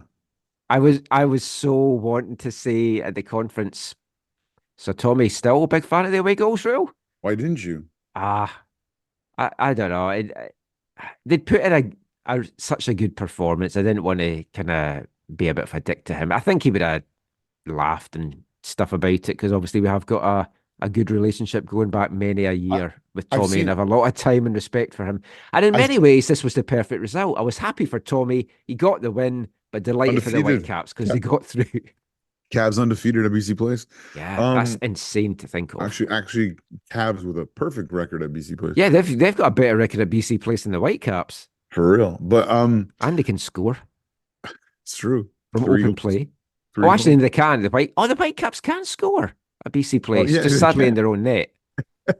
There's one comment on the away goals rule. This is one of the few places in the world that's still using it for some unknown reason. I saw some people this week on social media, I can't remember where, talking about, it's really good that the away goals rules are here. It's much better. I heard even someone say, they're going to be bringing them back in like places like the UEFA Champions League. No, not with the new format. No way. Well, forget about the new format, leaving that to one side. If you watch the knockout stages of the Champions League this year, there's no way they're going back to away goals. The games were way more exciting. Yep. Even I was watching them and getting excited by them. Yeah, and I believe too. Also, way more goals on average than before. Like it was, it's a rule that I think served its purpose in a period of time that is no longer relevant in world football in general. And I really hope that it's something that technically it's the CSA who needs to make the decision. Hopefully that they will see fit to get rid of it, because it's also another way in which these two-legged affairs put the underdog sides at a disadvantage. Yeah. I mean, Forge, though, did go and score a couple of goals in Montreal that then made it very difficult for the MLS side. But most occasions, it is going to be the underdog that's at the disadvantage. But Montreal didn't win on away. Or sorry, no, Forge did not win on away goals. No, but if Montreal had scored another, then they would have. Exactly, but they didn't. I liked Vanni's comments after the game that he said Cavalry deserved to go to penalties, and they did. Yeah. Fair play. Because the Whitecaps deserved absolutely nothing from that game. They got something because they went through, but it was just a horrible all-round performance. Vanni said post-game that he probably got his selection wrong. But I saw what the lineup was with Kitchwali leading the line, and I like Cyprian Kitchwali. I've said he is definitely a prospect, one to keep an eye on. And him and Levante Johnson had a couple of flashes of brilliance in the first half in a kind of 5-minute spell. But when you're leading with Johnson and Kitchwali, you are being a bit disrespectful to the threat that Cavalry are. And if I was Tommy, I would have just said pre-match, look, they are completely underestimating us. Go out there and show them what we're made of and what we can do. Yeah, I agree with you. From the Cavalry perspective, that was the way to approach it and the way to view it. Sure, you can view it that way, but here's the thing. I think I'm not always consistent. I'll say that, but this is one way I'll say I will be consistent. I don't blame Vanni for playing the players he thought who could get them through. Yeah. And ultimately, as poor as he even admitted the performance was, they got through with those players. And so True. for him, I it was guess it's healthy. like Miami coming here without the stars and they leave with the 3 Exactly. points. Yeah. Exactly. So I think for him, it was worth it to see where some of those players are at, Yeah. even though it was nowhere near where he wants them to be. Yeah. I think he got some And they important advanced. answers. Yes. And they advanced, right? So he got what he needed. I agree with you there because you have to be confident in your depth. Otherwise, why do you have them? Yeah. And to be honest, when I saw the lineup, I was like, oh, okay, yeah, there are some players here. I was a little disappointed that Halbuni didn't get in. I was sure he was going to start. Yeah. I didn't Because get that at all. I thought, okay, here's here's a little bit. If you're making that many changes and you're that willing to try things in a different selection of players, why not give him a go? Yeah, the only Or thing at I least would bring say him on about later. the only thing I would say about that though is I think how Vanni approached this was I've got a young goalkeeper. I've made a lot of Yeah. changes up front and in the middle. I'm going to keep a very But strong back three. the goalkeeper, he he's young, but he's not inexperienced, No, right? I Like I like what Isaac Boehmer has been doing. totally. Yeah, I I'd think like to he's see him a a little bit bright spot. more, He's a bright actually. spot amongst that depth. Yes, he was a bright spot, really. I mean, he had some good saves in this game. So did Marco Carducci. And I mentioned Carducci was afterwards, I thought Carducci did not get the credit he deserved. no, I he thought was he was huge. absolutely outstanding in this game. Yeah. But so was Dan Klomp, who did get the player of the game plaudits, the man of the match, the Gatorade towel. It was so funny because for the post-game press conference, Dan Klomp was outside and he was handed the Gatorade towel, Oh as yeah. folk will know I've talked about. And it's like, I don't have to put this on my shoulder for this, do I? And like, no, no, no, no, it's okay. And I was like, oh, I feel your pain, Dan. That towel haunts me as well. But Dan Klomp in the off season, I said the Whitecaps should look at him. hmm I still think they should have. Is he better than Halbuni? For me, yes. Is he better than Utvik? I don't know. Bjorn Utvik's really impressed me. So I don't know if Klomp's as good Is as him or not. is he But better than Laborda? in current games, sadly, yes. And I was very high on Laborda to start the season. I was raving about him. And I feel for him because he's such a nice guy and he's just not in good form just now. And he got pulled off at half time, which is normally a good thing. Not in this case. Vanni said afterwards that he was so angry, basically, and I'm paraphrasing a little bit here, but he was so angry at the lack of effort that they were basically pedestrian. They were just walking through this game, and Cavalry were the only team that wanted to win. And even when they were a goal down, it's as if they didn't understand that they were just one goal from going out of the competition because they had nothing, no urgency. And the biggest compliment, I think, to Cavalry was he had to bring on Gold and White at half time to try and change things. Yes, that was significant. Yeah. That showed he saw how serious the situation was, and he was very concerned that this could get even worse than it Yeah. already was. And it very easily could have because they Yeah. had that chance late on. And like Daly with a shot, good save by Boehmer to turn that away. If that had gone in, that was game over. The Whitecaps were not getting back into this. But Cavalry have now come to BC Place, won twice. It's the third meeting between the sides. There's been 4 games. Cavalry's won 2 of them. The Caps have won 1. And then there was a penalty win as well, but it was ultimately a draw, you can see as well. Yeah. Yeah. But Vanni's post-game comments said that the performance was shameful. And Oh yeah, then there's some feedback on that. yeah, so Mark Noonan, the CPL commissioner, because Montreal were obviously shot by Forge. It was 2-1 on the night to Forge, 3-2 on aggregate. Forge were excellent in this. They were fully deserved of going through. They did what they needed to do in the first half. They held solid in the second. They got the 2 away goals that made it so hard for Montreal. They needed to score 3, and it was a disgraceful performance by Montreal. But we won't go into that. But yeah, Montreal's coach obviously not happy. Vanni said it was a shameful performance. So Mark Noonan, the CPL commissioner, many of you will have seen this, Yeah. came out and he tweeted on May 23rd, I'm surprised by the narrative by MLS Canada clubs when losing to CPL clubs in the Canadian Championship. Words like shameful and I'm ashamed make no sense to me. Like MLS, we are a FIFA Division 1 league. Yes, we are a lot younger, but produce a good standard. No shame in that. Now, first of all, Vanni did not say it was shameful that they lost to a CPL side. He gave Yeah. Cavalry full credit and full plaudits. He said the performance of his players were shameful. Not that they'd lost to a CPL side, but it was the performance that was shameful. So Mark needs to get that right, first of all. I also think, and I know we've gone back in this in a little jokey way. Yes, the CPL is Canada's D1 league. But look at the Champions League, Champions Cup. If the D1 league in El Salvador beat the D1 league in Mexico, that is shameful. They're both D1 leagues. You can't, it's not apples and apples. It's barely apples and oranges. You can't compare CPL to MLS. CPL is below MLS in so many ways. Funding, money to get teams, money paid to players, just overall budgets for travel, for promotions, everything. CPL is lagging way behind. Full credit to CPL teams for going toe to toe with MLS teams.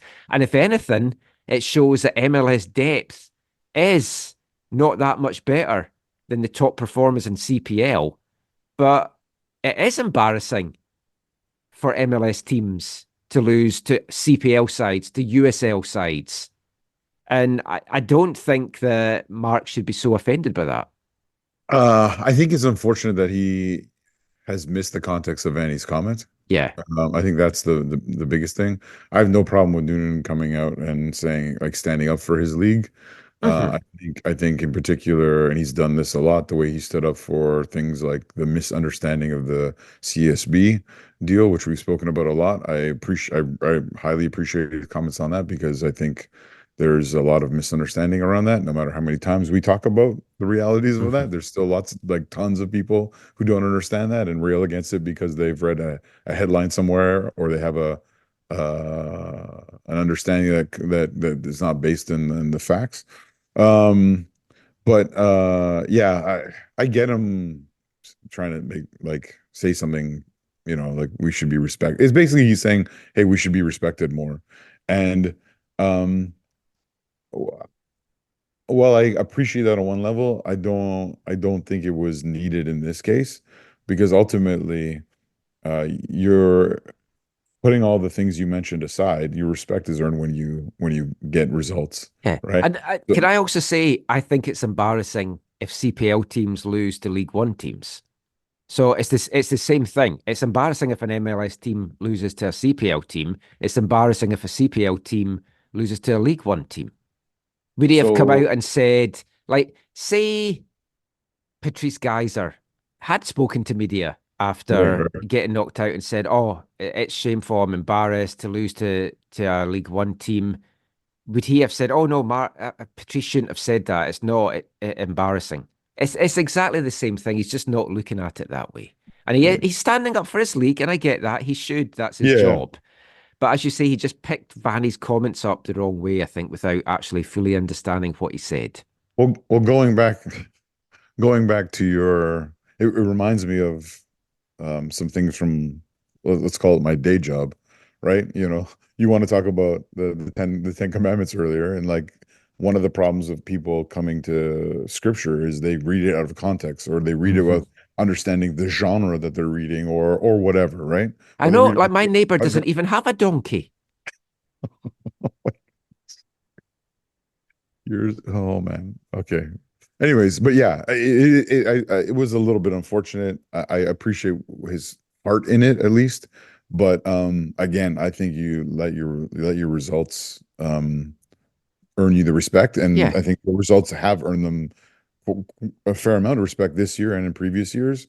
Thinking specifically of, I think, yeah, Halifax got a result in one game of one leg against Montreal, and obviously Pacific and Cavalry have knocked out an MLS team, and yeah, the same. I agree. The same thing with your TSS Rovers. I mean, Hmm. they earned respect for what they did against Valor and how they have played Pacific twice, to the limit essentially, and so. Yeah, I think that people in those positions, as much as they're probably also trying to satisfy owners and sponsors and whatever, and try and keep them in the positive, I think you're better to highlight the ways in which you've earned the respect as opposed to the ways that you maybe feel disrespected by a comment or a lineup or whatever. But yeah. Well, I mean, what we know right now is there's three teams in the Canadian Championship semi-finals: Toronto, Whitecaps, and Forge. They'll be joined by Pacific or Ottawa on Wednesday. Bizarrely, the draw for the semis is getting made at half-time of that game. I do not understand that in the slightest. I don't know why you would not wait till full time, but I'm hoping Pacific can get through and we have Pacific Whitecaps 3, Forge TFC. That would be fantastic for traveling support, rivalry, everything that goes with that, East-West dynamic, all that kind of stuff. The nightmare, of course, would be something like TFC Pacific and Whitecaps Forge. Some folk would love that. I just think it's kind of doesn't excite me as much. Do you think though, Michael, that the fact that they're doing this before that game is done maybe lends potential credibility to the fact that it's a proper draw, like it's an actual draw, as opposed to just okay, Well, I a guess four maybe, Forge and maybe. TFC are playing, and then whoever wins this one is playing the Whitecaps. Hmm.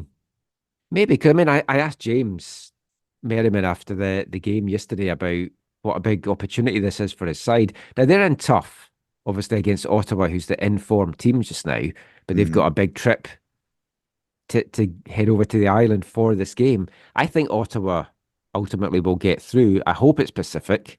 I would love nothing more than Whitecaps Pacific 3. That would just be absolutely fantastic. Hmm. 2-0 games going to penalties, I'm sure, by the end of it, the way that these teams are playing defensively and offensively. But I think it will be Ottawa. And then if I'm picking who I want the Whitecaps to get, kind of would like them to get Ottawa because I'd like a trip out there. I've only been to Ottawa once in my life, spent 2 days there in 1996. And I'd like to get out, see the stadium. That'd be a nice little trip. I've only been to the stadium for the under 20 World Cup, but and I could go when I'm out there this year, but I think I need to spend time with my family But instead my, of going. my choice of semi-final opponents are Pacific, Ottawa, Forge, TFC. I don't want us to get TFC in the semis. Not anything to do with possibly losing. It's just, Well, as for me, to be honest, actually, I wouldn't, as much as it would be interesting to watch Pacific versus the Whitecaps again, especially over two legs, and have, Pacific have the opportunity to travel to their fans to travel to BC Place as away supporters. It would be nice to see a CPL side in the final. So TFC yes, Toronto that and would be ensure the nice as well, I CPL side in the guess. final.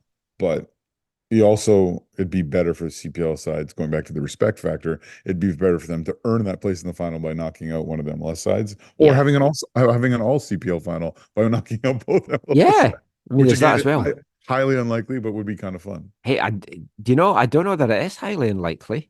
It's like Forge and Ottawa, if it was them, Yeah, definitely could pull off upsets against both TFC and the Whitecaps. yeah. Like right now, the Whitecaps would not be relishing that. No, They're lucky to still be in. Vanni yeah, described it as like the lowest point of his managerial career. which was really interesting. Yeah. It's so funny, just to wrap this bit up. It's like, I didn't like Vanni's post game on Saturday. It just annoyed me so much. But I loved his post game on Tuesday. For me, that was everything that a manager should be: open, honest, brutally honest. And it was fantastic.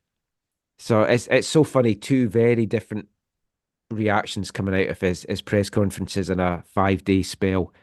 But let's just finish off the podcast and the football chat by turning our attention quickly to the CPL.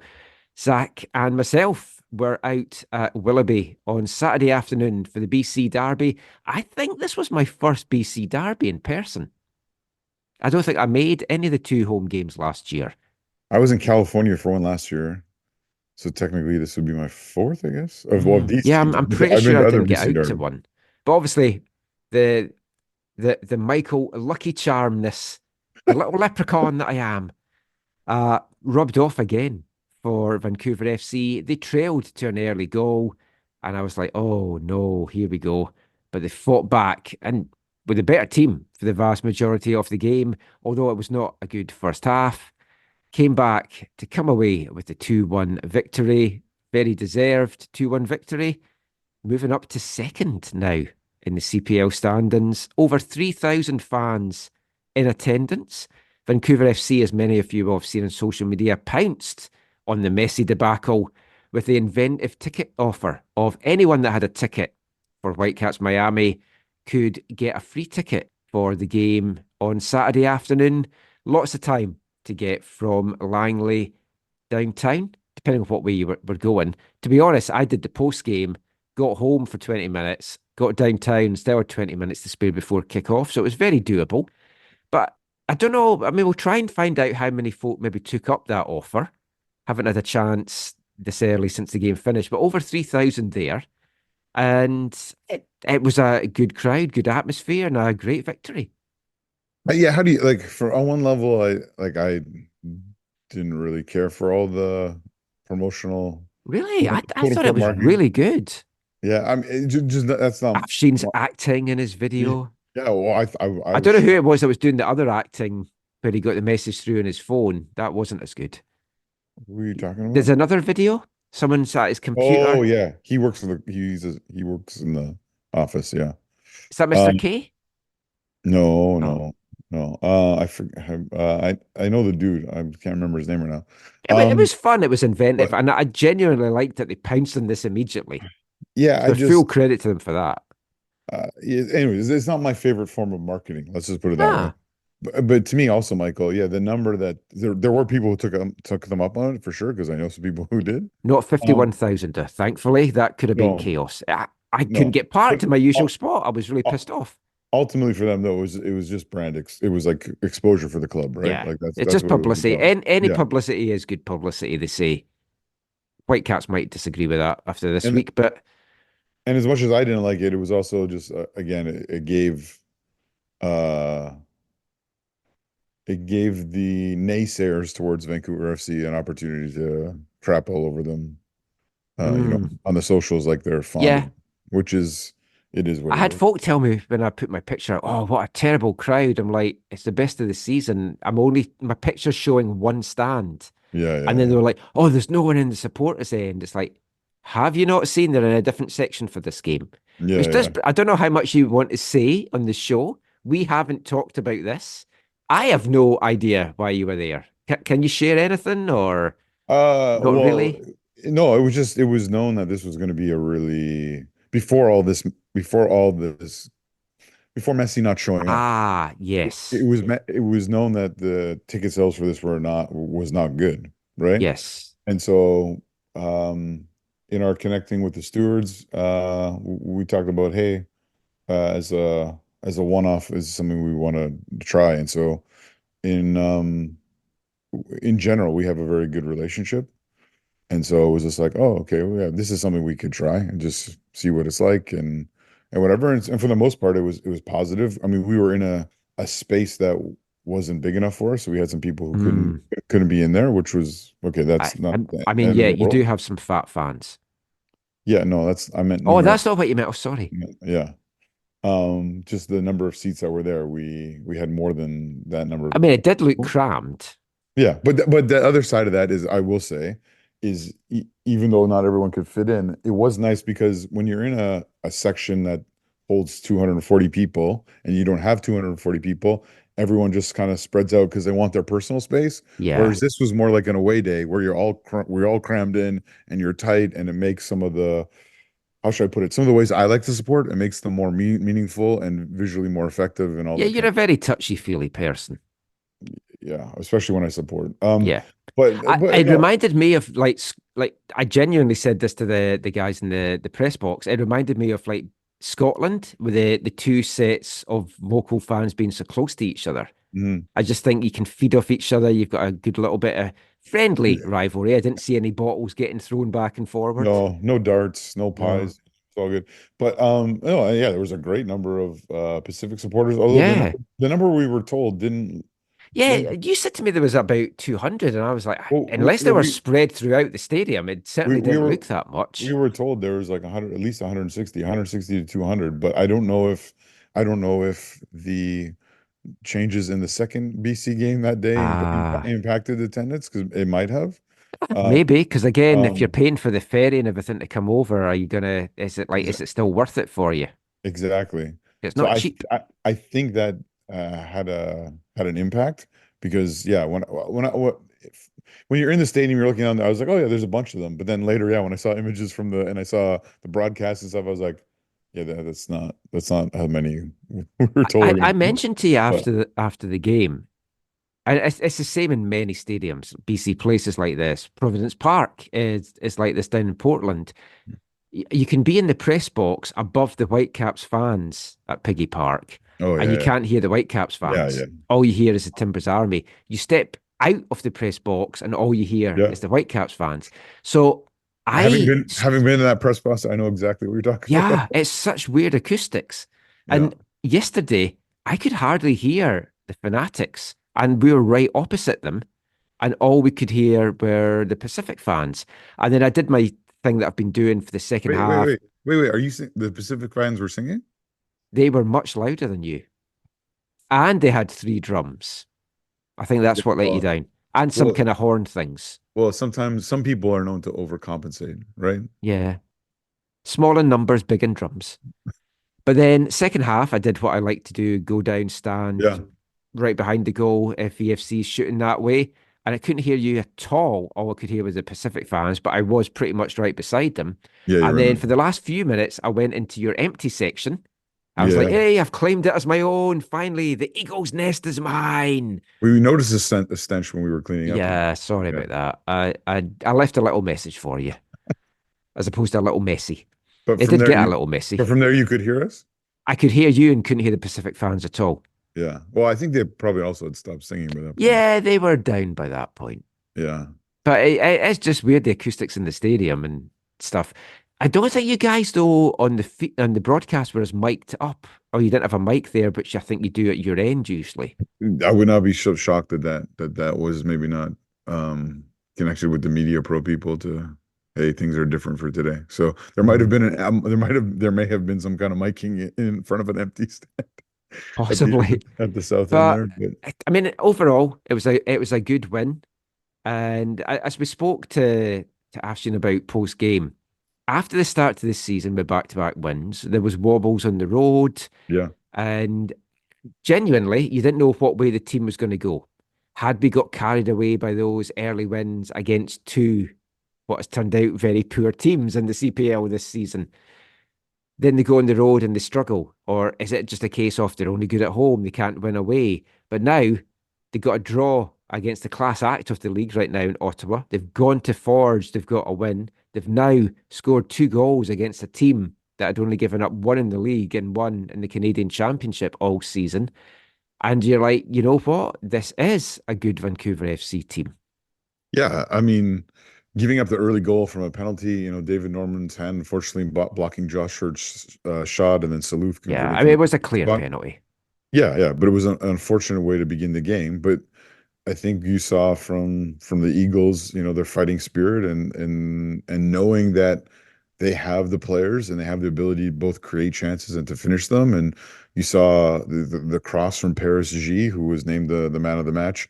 Um, you know, kind of bundled home by the ever Yeah, it present, wasn't the prettiest goal. yeah, but that's a Moses Dyer, man. Ever present, Yeah. never with the will to win. Afshin talked about the will to win that you see from that region of the world, from New Zealand and Australia. I tell you, see when you're down at pitch level, Moses just never shuts up. Oh yeah, He should be mic'd up. I would love to hear him for yeah. 90. Well, So you might not be able to broadcast it, but I'd love to hear it for 90 minutes. so he bundles that home, and then in the 85th or 86th minute or whatever it was, yeah, Vasco Fry.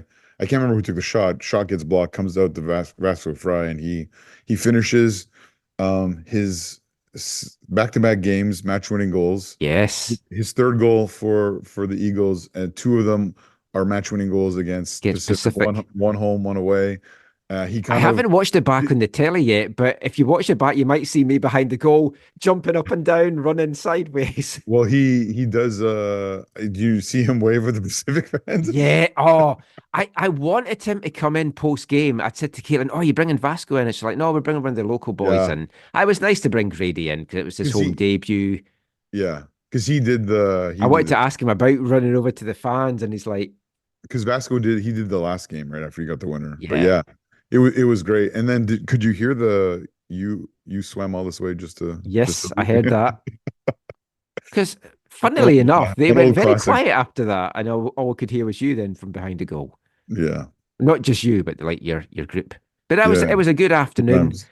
I mean, sometimes the appetizers are better than the main course. That is how it proved in the games on Saturday.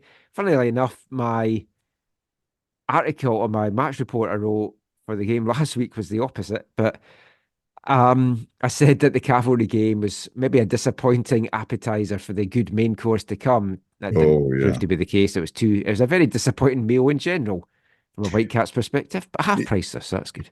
Can we just talk about the rest of the weekend real quick? Yeah, very quick. I've seen most of it. I've seen highlights of all the games. I don't know if I've seen highlights of all of them, but I watched Ottawa Forge in full before I headed off to the game yesterday. Massive 3-0 win. Ottawa, absolutely worth that 3-0 win. Warming up for the Pacific game in a massive way, right? Aparicio scoring again, Del Campo continues scoring, Zapata scoring. The now Marty Nashless. Yeah, I was going to mention United that. Got the win over your Patrice Geyser.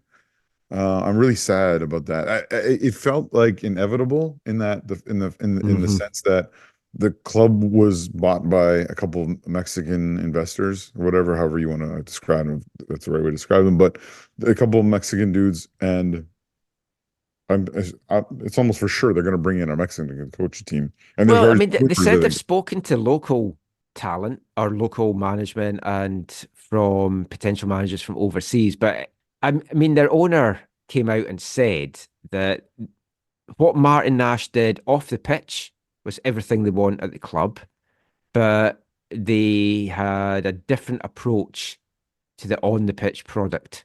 Yeah. Which I think Martin Nash plays your Canadian UK kind of style football. It's maybe not pretty at times, but it can get results. And I think the Mexicans are wanting more free-flowing, entertaining football to pack the fans in. So, I was surprised they'd kept him on. I think if York hadn't made the postseason last year, Nash was going to have gone. But Benjamin Mora, former coach from Atlas in Liga MX, is one of the rumors that's out there. So yeah, I feel bad for him, but it was, I mean, huge for his old side now to get another home win against Wanderers. And then in some ways, I'd say, oh no, in all ways, the shock of the weekend is Cavalry dropping points at home to Valor. Yeah, especially after our call with Tommy on Monday, where I was telling him that Valor had beat Halifax. Yeah. And he was shocked. The look on his face, and he was like, "Oh, sorry, I shouldn't react like that."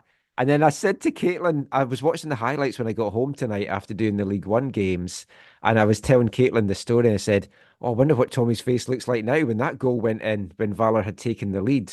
But again, Valor seemed, I only watched the highlights, but Valor seemed very worth that point. Have they turned a corner now for Phil DeSantis? I hope so. It takes a bit of pressure off him.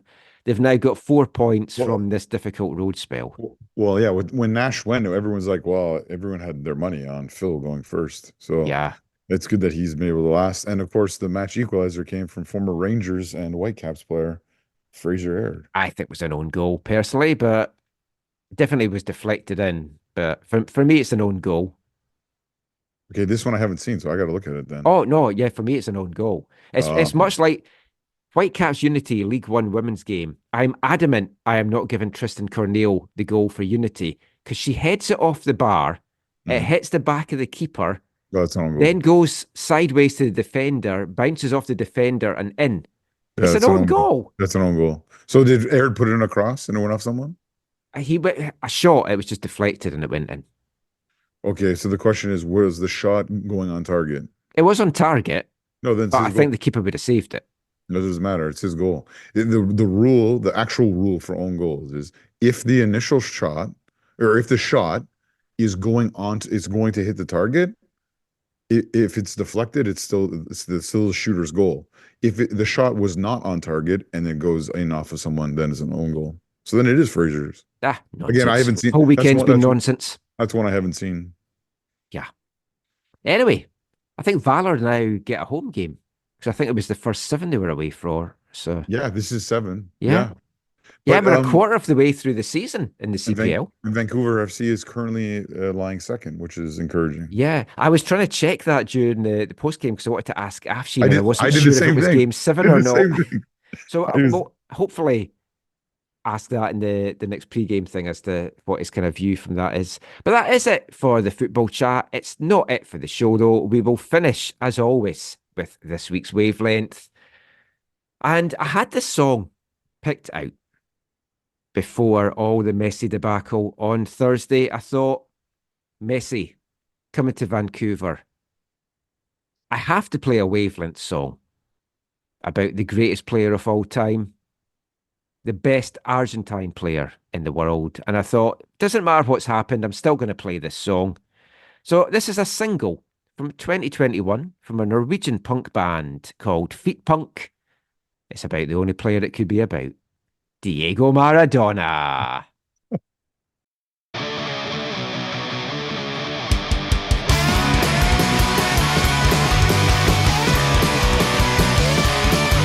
Villa Fiorito, allt vad det ser. När stormen skulle resa, det kändes batteri. Århundradets mål och Guds hand. Mafias kompis och jävla bra. Diego, Diego Maradona. Diego, Diego Maradona. Hola.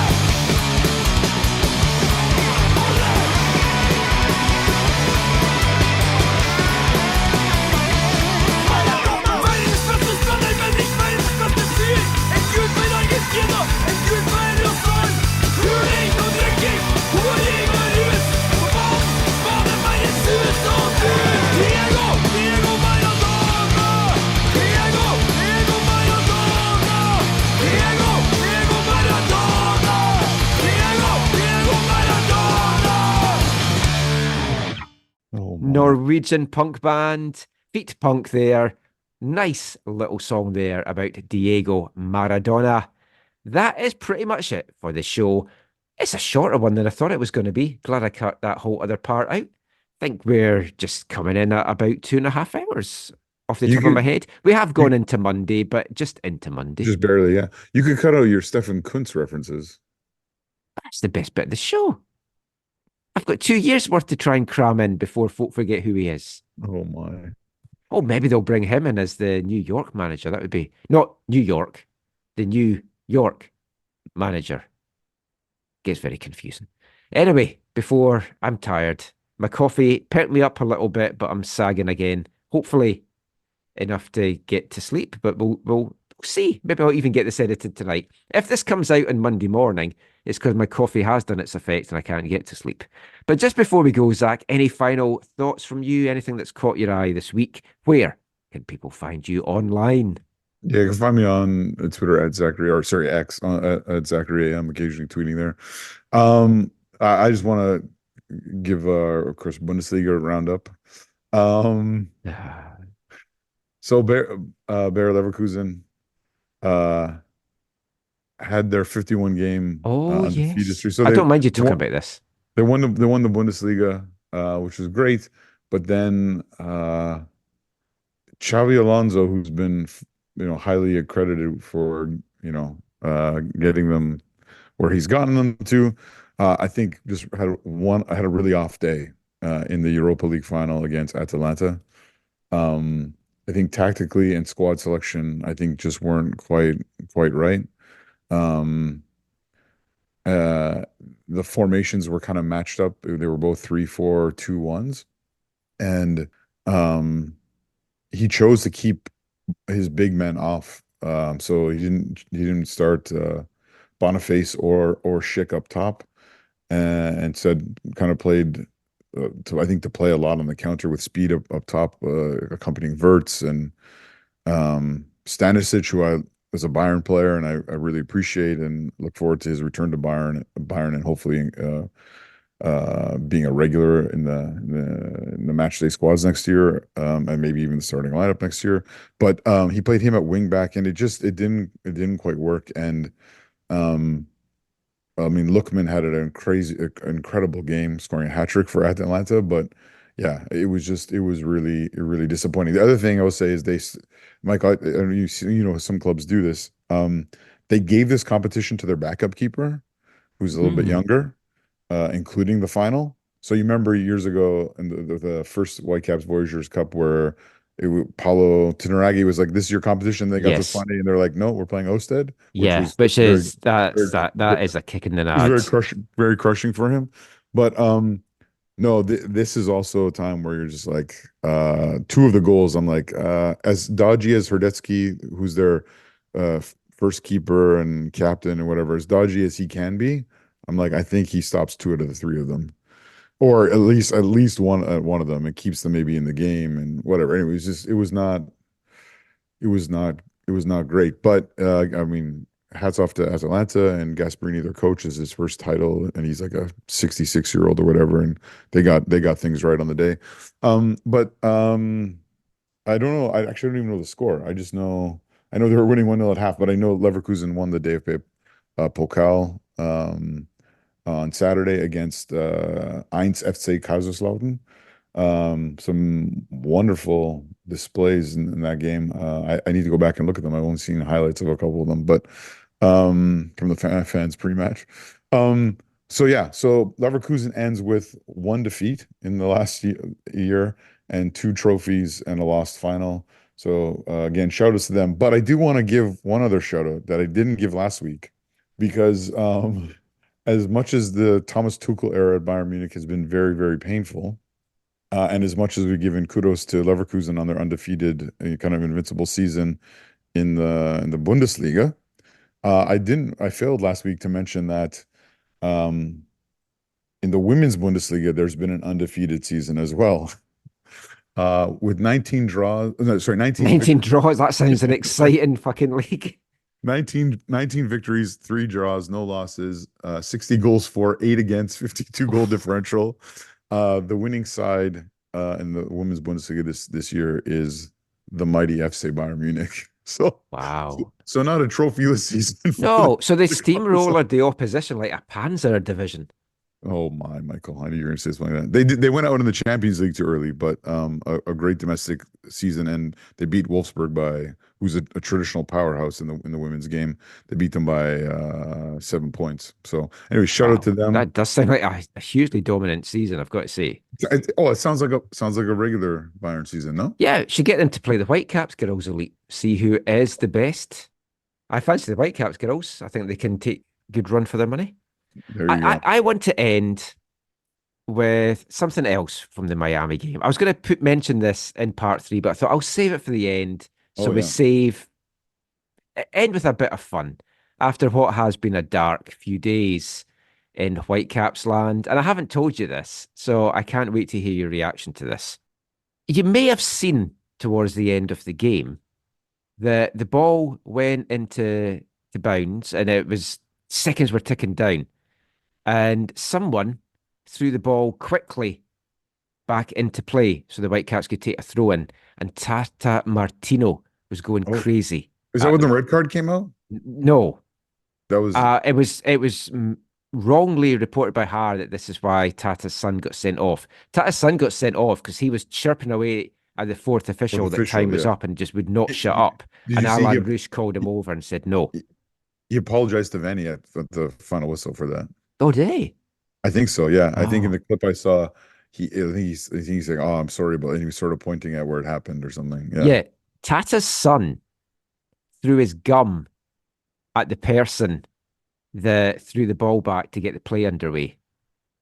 But he wasn't sent off for that, but he did throw his gum at somebody. That's You know who the person involved was, who almost could have got an assist on the Whitecaps getting an equaliser because he got the ball in so quickly? It was Nathan Vanstone, who was down. The ball had come to him, he'd thrown it in, and Tata and Atalanta, Tata and the Miami bench went nuts towards Nathan. And Nathan's like, hey, I'm just throwing the ball back. So in the post game, Nathan's sitting there, and Tata comes in and he's like, oh, the ball guy, you have many jobs. And Nathan's like, yeah, I've got about 2 or 3 in match day. oh my. A bit of levity after the game and just to end the show. We love Nathan. He does so much. And I sent a message to Nathan when this news broke, and I know a few others did as well. It's like, I know people are angry, but like taking it out on the comms team, the social media team, the ticket reps, it's like, don't take it out on them. This has nothing to do with them. Yeah. If you've got anger at the Whitecaps, fine. I know you're not going to change your view, but don't take it out on the staff that work there. Like Sarita was on the pre-game show, and she was getting very emotional when she was talking about what a difficult 48 hours had been. I just wanted to give her a hug. She sounded so upset. I didn't get a chance to speak to her afterwards, but it's like they've worked so hard, and the rug was pulled under all their feet as well. And whether you feel they should have known, whether they feel they jacked up the prices, there's arguments there, yes. But it's like, it's been very tough for everyone involved in the organisation. So I just want to give my final thoughts of saying well done to everyone and for acting very professionally in this, keeping calm. And hopefully there is better days ahead. Hopefully there's better days ahead for the Whitecaps in the coming week with 2 games coming up thick and fast. We'll be back chatting about that and all the rest of the Canadian football action in the next show. Until then, as always, thanks for listening. Take care. Mon the Caps, mon the Eagles, and be kind to everybody.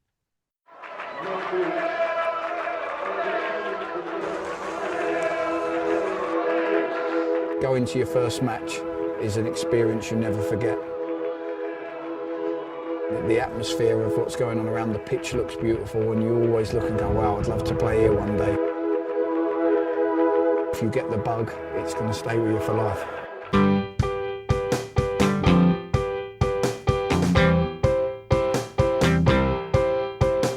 10 minutes left. Yeah, but there's still some time. It's not the final score. We need more than the numbers we're given. Show us you live and breathe the game. You're more than a name. That's what we came for. We can bring you more than the score. Every story, let's take this thing off of the field into the real world, away from the numbers, away from the numbers.